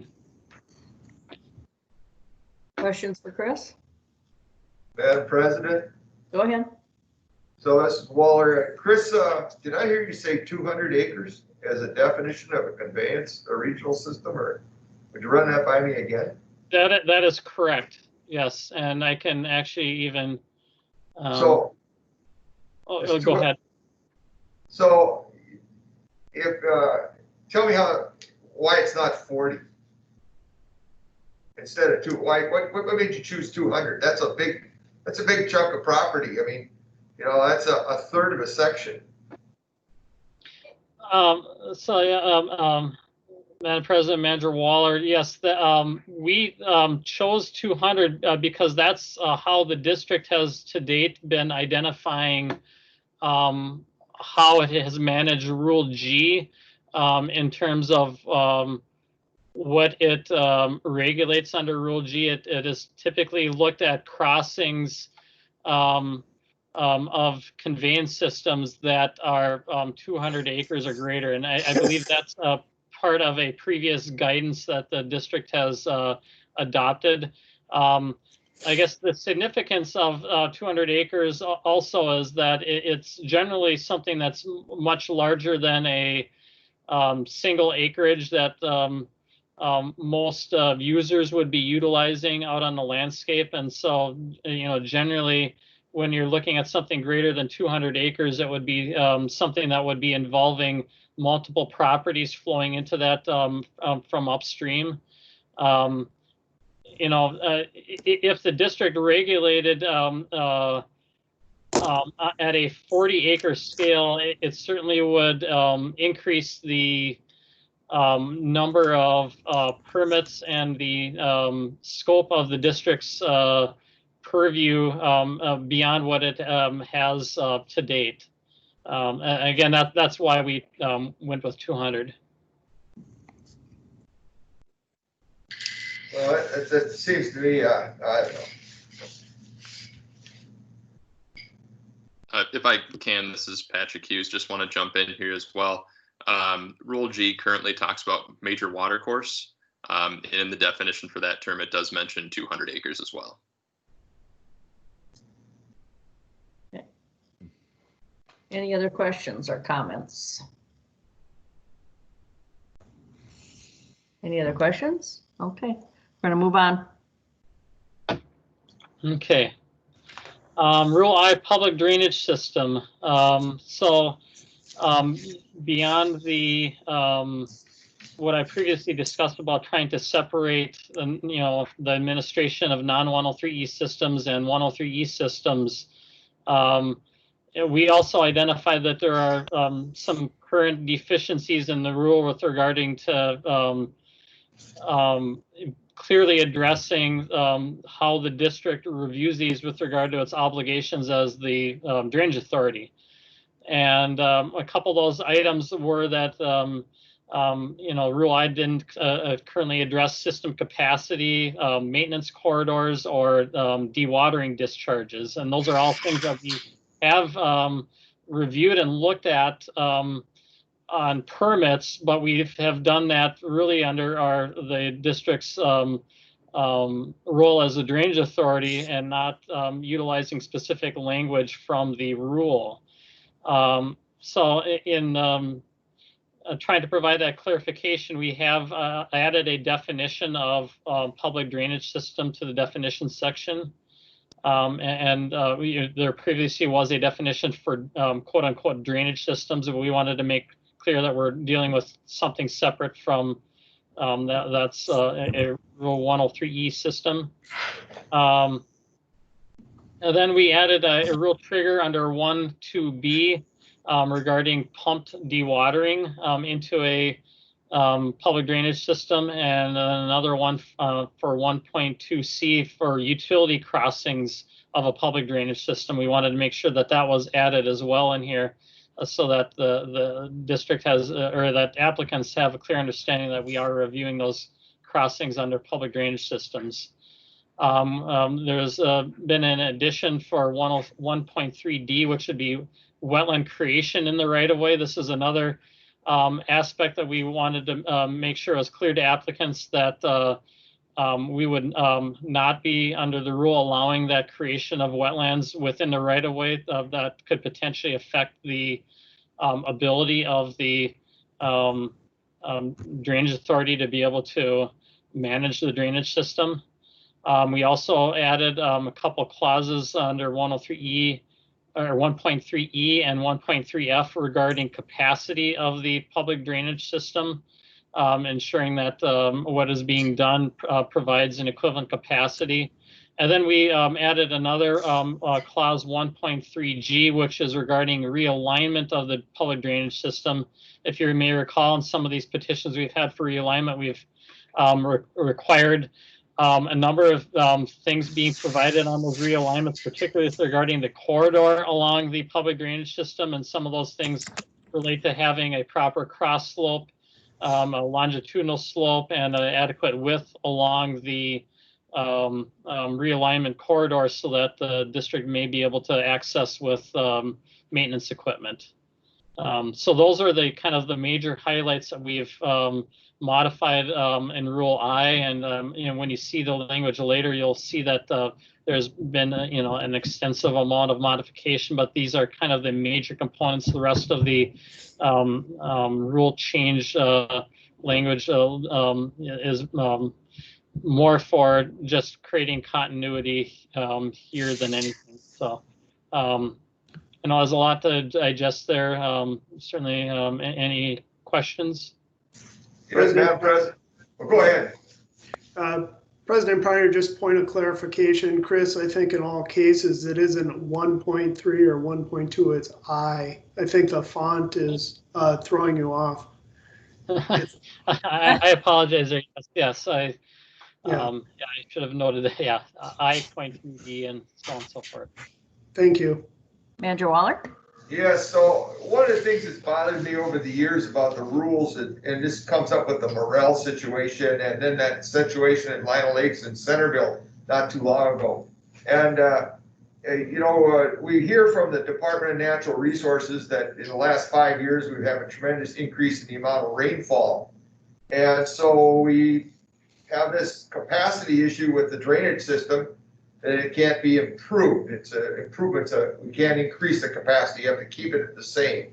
And so we dig these huge ponds, and what happens is with more rainfall into them, the neighbor next door ends up having a runoff, and the engineers will tell us, well, it's not at a greater rate or it's not a greater volume, but it's a greater duration, a longer time, and so. Before the rules about volume control and rate control were put in, before there was a development there or buildings, the water used to absorb in the ground, and then if you did have big rains, it came and it left right away, and it's gone. And your land, your property, that wasn't necessarily changed in the amount of duration time that the water was on the land. And if there's a change in the duration time, which water is on the land, that may change it to a wetland, because wetlands are measured in duration of time of water and depth from the surface, or it may change a type 1, for example, to a type 3. And I don't see how the rules provide for the protection of the persons who are adjoining property that haven't developed yet. For example, that we have in Lino Lakes and Centerville, yes, you have the rate and volume controls the same, but it goes on for weeks and months instead of a few days.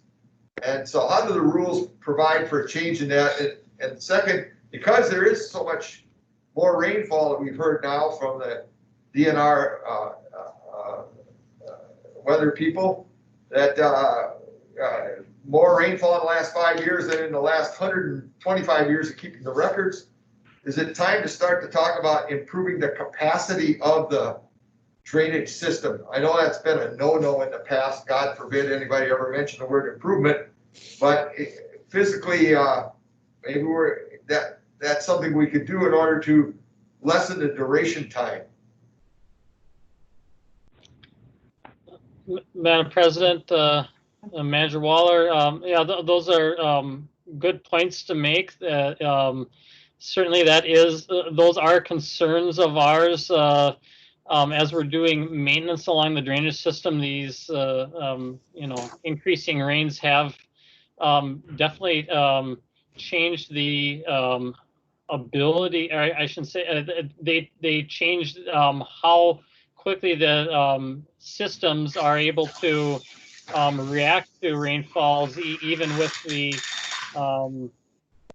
system cleaned and at the capacity of the as constructed condition. One thing to note is that, the district, of course, is subject to 103E, and that's where the primary constraints are for the district and being able to complete modifications of the drainage system that would be beyond what the current cross-section profile, geometry, what have you, of the drainage system are.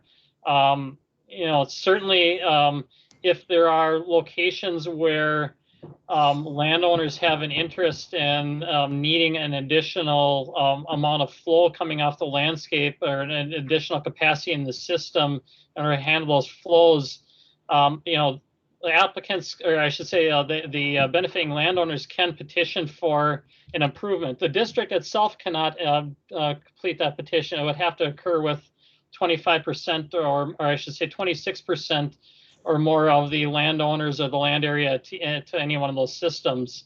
If we are aware of landowners that have that interest, we can have dialogue with them to provide them the proper channels of completing that. But at this time, I don't know that the district really has a role in, perpetuating, or I should say perpetuating, I should say, moving forward with a process for doing an improvement. And you had mentioned with regard to the rules and how they might protect the interest here. And again, the one thing I had noted earlier was this addition to the rule about preventing wetland creation within the right of way of the system. That's one of those areas where I think that that does help in the ability of that maintenance to occur. Certainly, if there have been previous wetland changes that have occurred on the landscape, the district is subject to the Wetland Conservation Act and how it can complete the repairs. And I don't believe the district really has a way within its rules to change that and how it administers the Wetland Conservation Act. And if you have any suggestions on something that we may be able to add to the rule, certainly we could look at that. So, Madam President, so Chris, what I'm saying to you is that this isn't just necessarily in the right of way of the drainage system.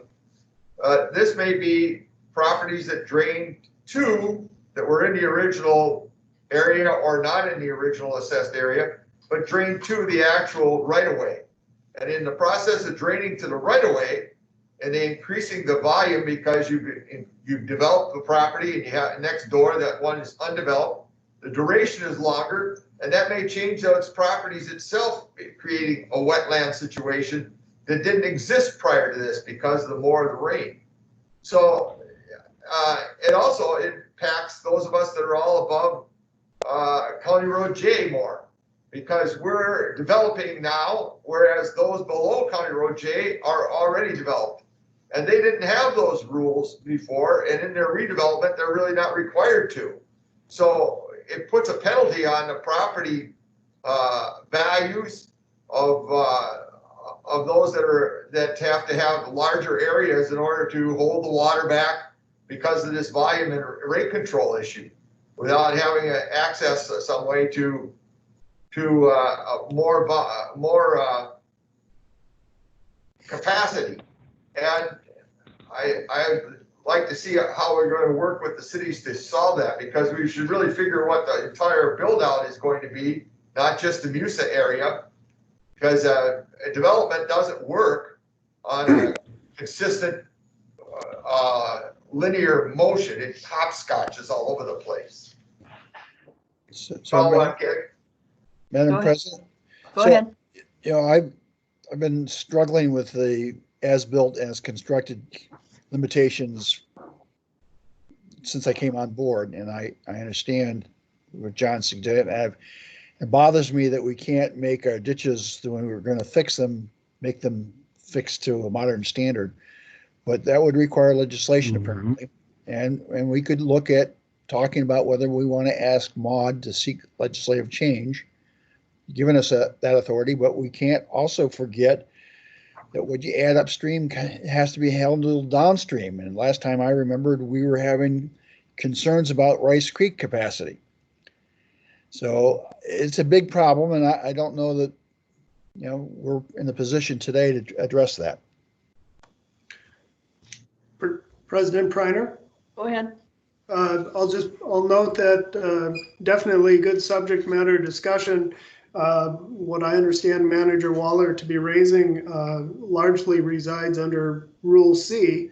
That's not to dismiss the comments, but further the conversation. And so when the impervious surface is created, the ponds, et cetera, and then the outlet for the pond or the storing of water,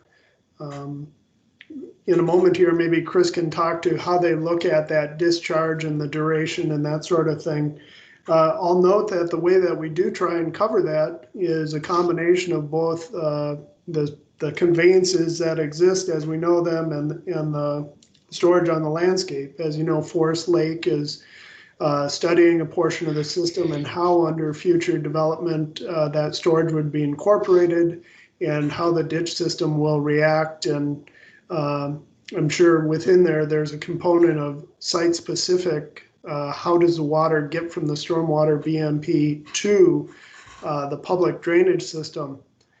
So with that, the only other note I'd make is the distinction that I understood Manager Waller to make, which is a good one, between the developed and the undeveloped areas. You're working in the southwest leg of the district currently.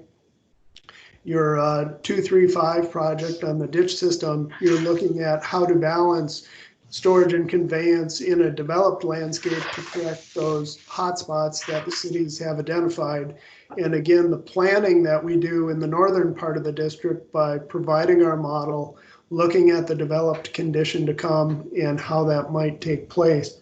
With that, Chris, when a stormwater pond, obviously we require infiltration first if the soils do it, are acceptable, amenable to it, and that reduces our volume. And I think when you've applied the district rule with that infiltration requirement into our model, it is of a great help to do that.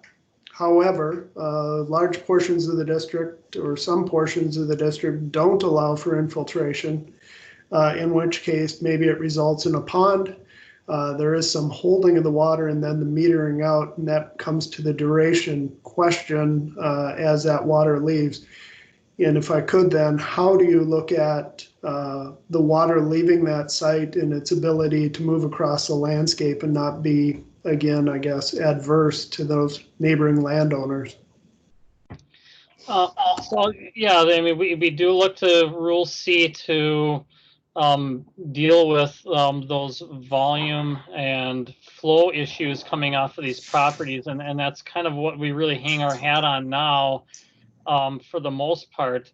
And you know, the challenge that the public drainage system faces is typically not with a single development, but with multiple developments. And that's again, when we did that future conditions modeling a few years back, we, you know, identified that there were going to be some concerns and issues on the landscape where we aren't able to get infiltration to occur under the rule, again, because of heavy soils or the high water table. And, you know, we identified that it was particularly a problem down in the chain of lakes, but even along some of the public drainage systems, we know that there was going to be increased flooding or flood duration along some of the public drainage systems. And we did look at potentially a modification to Rule C, where you would try to diminish the amount of flow coming off of any given site to something less than the existing flow rate. You know, I believe we looked at a 20% reduction on development sites, and to look at what effect that would have. And the effect it did have was more pronounced immediately downstream from the development or those sub-watersheds where the development occurs. But as you start getting down the public drainage system and then over to the chain of lakes, then you saw the value of the rule diminish to where it had very little impact on the chain of lakes, and and very little impact on the lower sections of the public drainage system. Certainly, if that's something that the board would like to revisit, we could take an additional look at that to see is there ability to help the public drainage systems out with a modification of Rule C to have a greater additional rate control. But it's something that would have to happen in aggregate. It certainly is probably nothing that you would notice the effect on a development by development basis. The developments in and of themselves, with the existing rate control requirements, each one individually is not going to typically affect the public drainage system. And then one other thing that we do have is still to hang our hat on is still Statute 103E, particularly with regard to properties that are currently draining into the public drainage system. The district does have the ability to have a closer look at that and even require a petition for outletting into the drainage system. And in particular, we had one development, about a year or two ago in the northeast part of Blaine within the Watershed district, where it straddled two different public drainage systems of the drainage area, and they were, actually changing some of the patterns going from one drainage system and another. And in that regard, we were able to have a little additional scrutiny and additional requirement upon the applicant in order to ensure that that additional land flowing into the system did not affect the public drainage system itself. Okay, I think we're running late on this, so how? One last comment, Madam President. Go ahead. Again, when I look at something like what happened with Morel or what happened to those folks over in Centerville and Lino Lakes, when it comes to the end, like for example, Morel, he comes in, he says, look, you permitted all these other people and now I've had an impact on my property. You can see that he can't make hay on it anymore, etc. And I understand the engineering and the rules situation, but in the end, when it came down to it, the answer from the district, from COBE was, well, we trusted the engineers of these other applicants and we didn't verify it. And so if you have a problem with your property, you need to take it up with those other folks, not with the district, because the district didn't cause your problem, even though the duration of water that goes onto his property is longer now, and that changes his property situation, for whether it makes it a wetland or makes it unusable. And I have seen that not only at Morel, that's just the latest one, but I've seen that many times now over the years in the district, particularly up in the Hugo area, where we develop small acreages at 2-acre lots that are not in the MUSA district, and that impact of that drainage on properties that are next door. And with that, I'll yield back to you, Madam President. Thank you, John. Okay. Can I ask Manager Waller one question? Go ahead. Are you recommending we spend more on engineering and legal to look into that? I'm recommending maybe we get out of the permit business because they don't accomplish anything. I was just razzing you, John. I'm just. No, I understand what you're saying.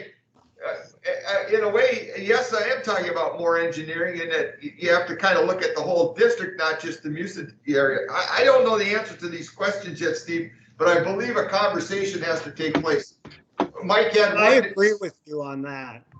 Mike had one suggestion about the capacity, and I realize that you'd have to go to the legislature to do that. But the situation which the district is in is not the same as it was when these rules were created. They need to be updated, and I agree with Mike about that.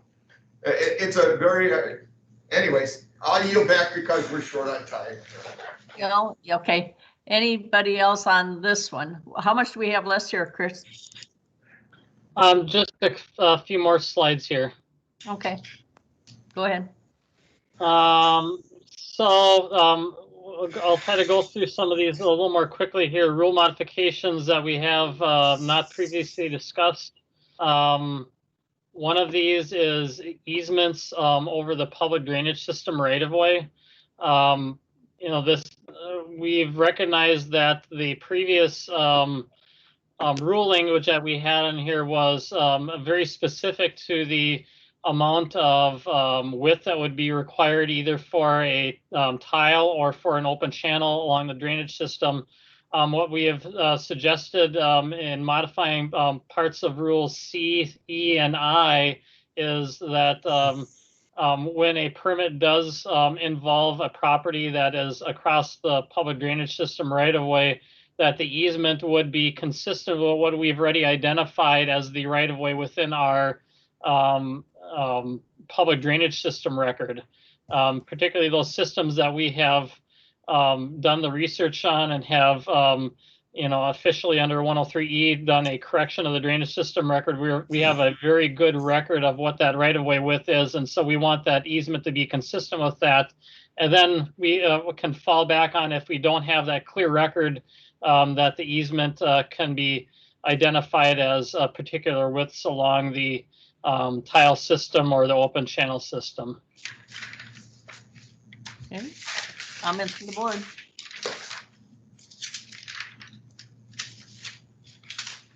Madam President, I feel it's very important to establish what the right-of-way is. I was involved in the very first, as we call it now, historic review. And one of the fellows that went out there and got wet and looked around and found things that engineers told me that didn't exist or weren't there or whatever it is. So I am a firm believer in establishing a right-of-way and making certain that everyone knows what that right-of-way is and respects it. I agree. Anything else from the board? Yeah. Okay, go ahead, Chris. Okay, next item would be a couple of procedural items. One is regarding the issuance of permits. We would recommend adding a clause that says any outstanding water management district charges are due prior to permit issuance. This has been something that has been of issue at times in administering these water management district charges, where you have lot splits and other things that occur, and it really is problematic with how we administer the rule if we do not collect them at the time of getting the permit. So we wanted to provide that as a clarification item.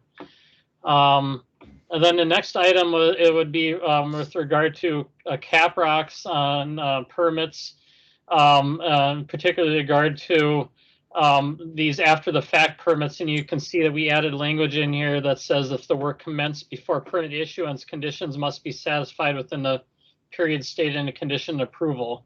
And again, we added that because previously the language didn't distinguish between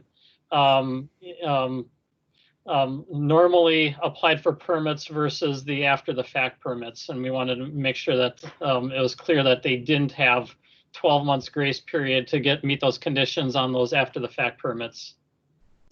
Okay, comments from the board? I agree with that, by the way. Anybody? Okay, move on. Okay, next one would be triggers for the rate control rule. This is with regard to a previous addition that the district had to the rule that would be, I'm sorry, I'm skipping on the next one. Under Rule C12D, we wanted to make sure that for a previous change that the district had that exempted single-family residential subdivisions with 7 or fewer lots, that we identified both C6 and C7 applied to those requirements.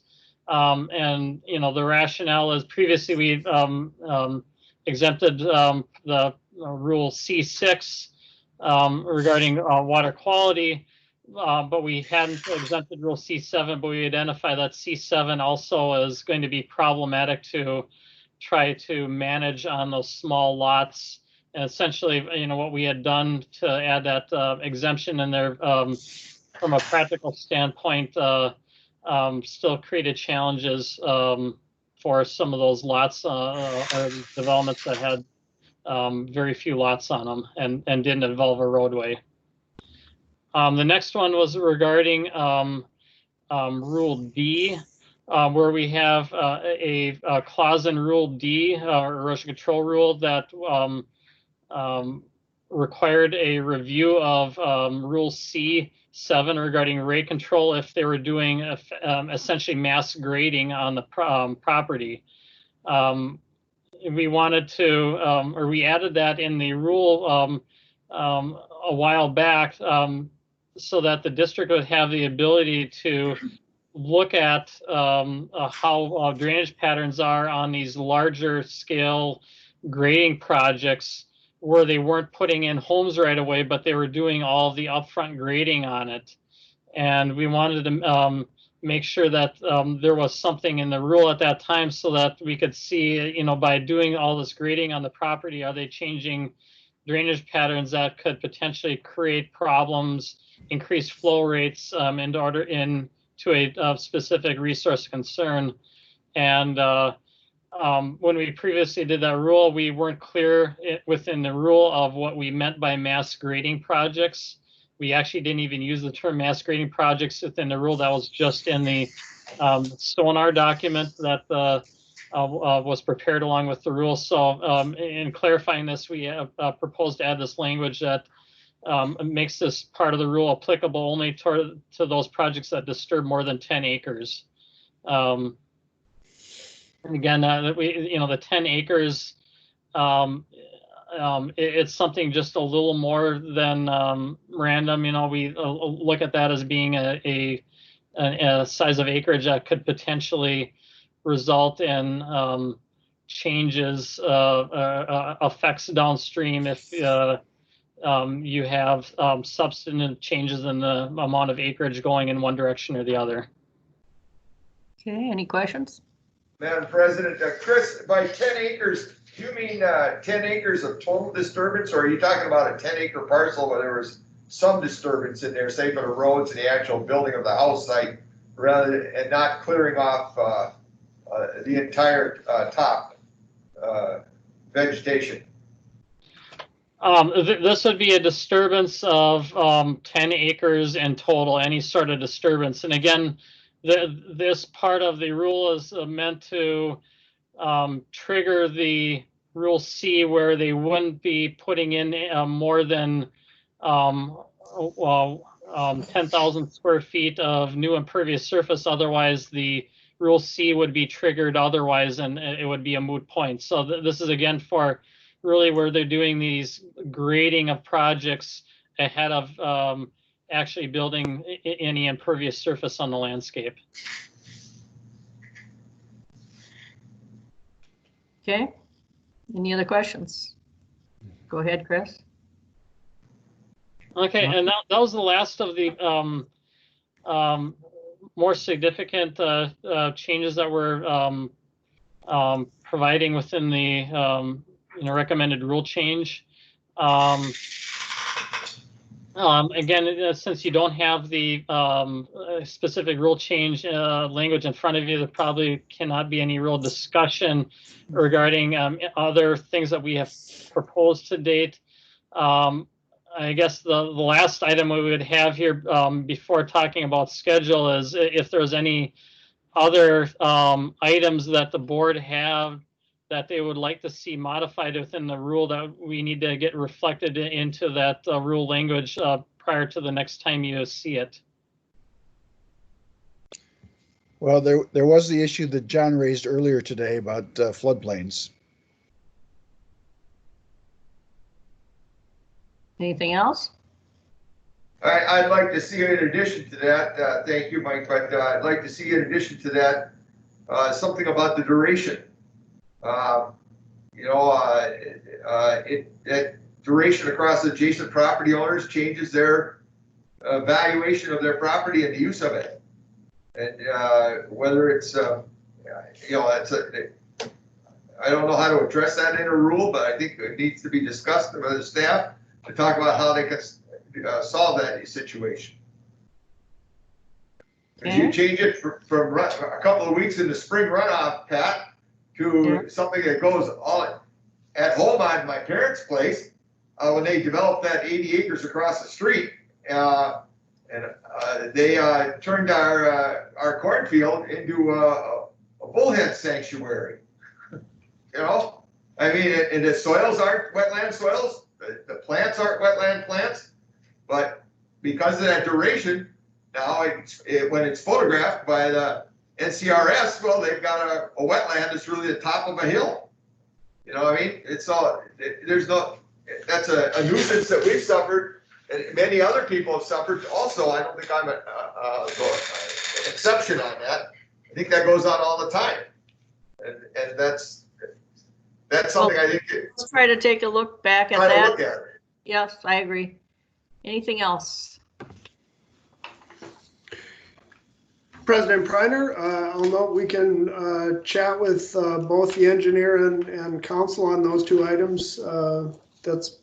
They're big issues that we can bring back to the board to see what we can come up with.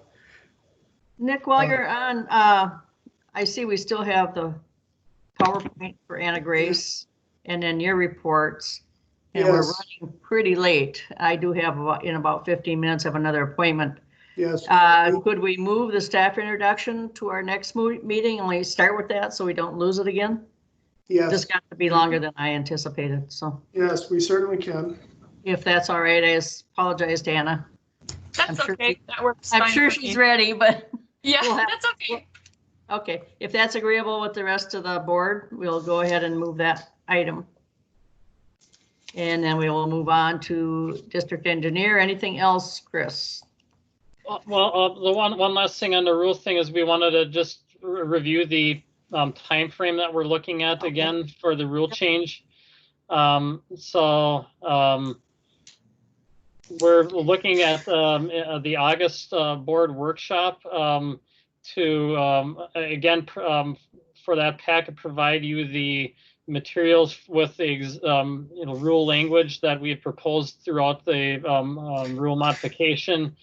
And then at that point, if there's any additional final direction from the board on the additional rule change, that would be the opportunity to do that. And then 2 days following that, we would be asking the board to consider authorizing staff to distribute that proposed rule for public comment and set the public hearing date. And then the rest of the time frame is as we've provided to you in previous discussions. This all culminates in the November board meeting to potentially have a resolution at that time on the rule modification, which would then become effective January 1st. There is still a little bit of wiggle room in this schedule in order to meet that January 1st timeline for the rule change, but there isn't a lot of wiggle room. So certainly if there's any concerns from the board, that'd be a good time to hear those now. Madam Chair, this is Manager Wynett. I'd Yes. like to acknowledge the work of Chris and Yeah. Nick and Patrick and council in light of regular work that needs to go on, COVID, and a number of other things. I'm very impressed that you're moving this forward as aggressively as you are. So thank you for your hard work on that. Second that. Okay, thank you, Marcy. Yeah. Thank you very much for those sentiments. Yeah. Yes, indeed. President Preiner?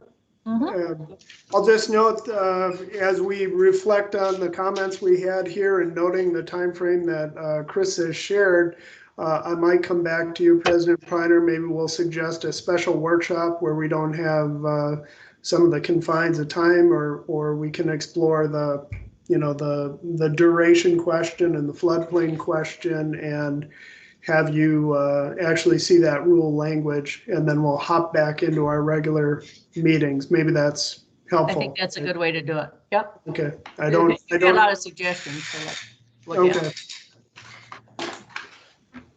Okay. all right. Doing the engineer, Nick, administrative update. Yes, President Preiner, Board of Managers, yesterday with the materials that I had sent, I had shared the adjusted road authority letter, which adjusted from the comments we received at the time, kind of posing the first question first, et cetera. I don't think I need a motion of approval, but certainly your consensus motion is fine as well. Looks like maybe. I don't think we need a motion. I think we have consensus. Everybody okay with this? The changes were made? Unless somebody wants to make a motion, it's up to you. I'd rather we didn't do a motion. Okay. All right, then we're gonna go with consensus. Everybody agreed that we'll just have Nick move that forward. Yeah, we'll add in the recipients from our table and send it out with a deadline with sufficient time for them to come back to us. The board can consider what they say. Yep. I'm a little confused here. Just what are you talking about, Nick? This is the stormwater treatment debits that the city. Okay, it's the debit issue. Yeah. At the workshop, we had a proposal. You had a letter, you wanted to send it out, there was a consensus, and Mike doesn't want to have a vote on it. That's okay, I don't have any problem with that. But some of the language was changed in the copy you got today. Sure. I have a comment to make though. I did a little investigation since our meeting on Monday and into the Matamidi situation. And I believe you already have quite a bit of documentation from the exchanges that went on over the time period as to why they were ordered the debits by the district. It's not that they wanted them or applied for them. I believe Matamidi submitted a plan, didn't they, originally, about how they do it for the entire city and the cost of that and the actual water quality benefit was so small that the debits became the result.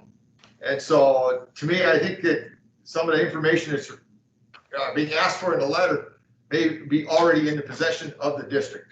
Then that's fine. They can just let us know what is, and then they can use that toward their application.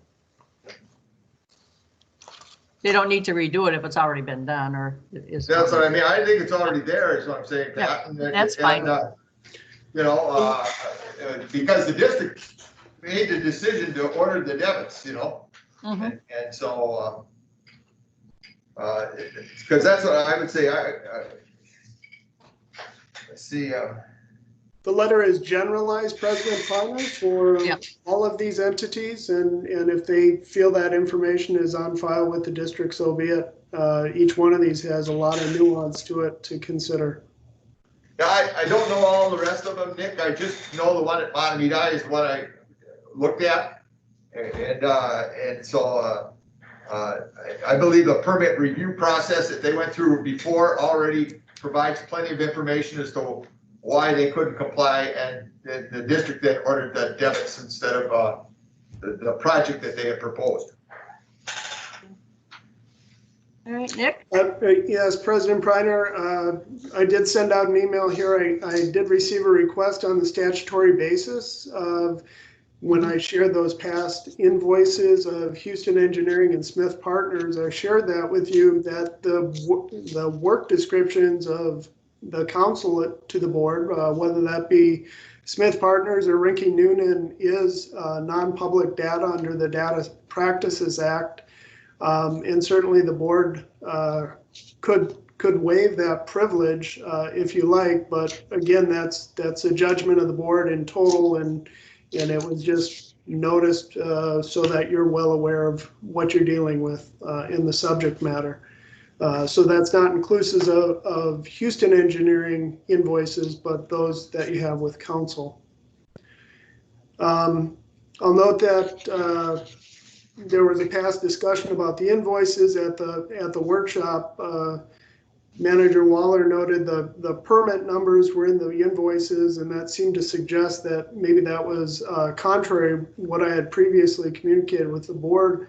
I did take a look at our May 27th meeting, and what I had shared at that time was that the 2019 Houston Engineering invoices do not make a distinction between public and private permits, but they do so now as we move forward into 2020. And further, that our work in the regulatory program is just that, programmatic. So splitting out individual staff time to what they're working on, specific permit or phone call from a concerned citizen isn't done. So it really has to do with how you might want to use that information and such. But so it's hard for me to, well, I believe I communicated effectively with the board on what we currently have, but I don't know where the use of the information is going. Couple following items, RCD 11, that was the landowner that we previously had on the board meeting concerned with their yard. Just close the loop that staff and Houston Engineering met with that landowner, answered their questions, and they were going to call if they had anything further, which we have not heard anything to my knowledge. And then on the Anoka Ramsey Judicial Ditch 1, Branch 5, which is the one that was located near Manager Winant's property, we had closed the loop there. The concern of the landowner was closer to that party's property and quite a distance from the public drainage system, and we did assist with their connecting with the city and where this issue is on the landscape to see how it might be alleviated. That are all the updates that I have. Okay. Madam Chair? Managers, oh, go ahead. I'm sorry, did we skip over action on the check register? No, we did that. No, we vote. I thought we did. Yeah, we did it. Yeah, we did it. Okay, Yeah. Made Okay. thanks for asking. who's the second? Okay, manager's update. Manager Waller. Wagaman, mine. All right, yeah. Sorry, I was just checking the check register. Motion was by Steve and the second was by Marcy and the vote. So with Yep. Thank you.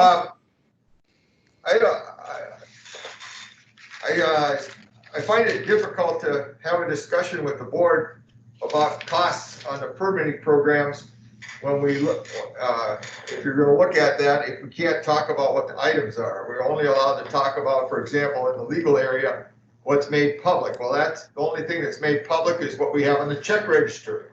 We don't have it broken down as to what areas are so it's difficult to have a discussion about that without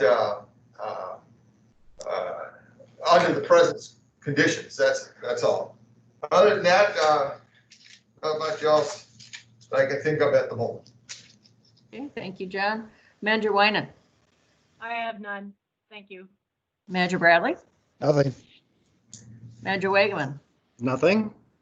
And I have nothing new today, and thank you all. It was a great discussion.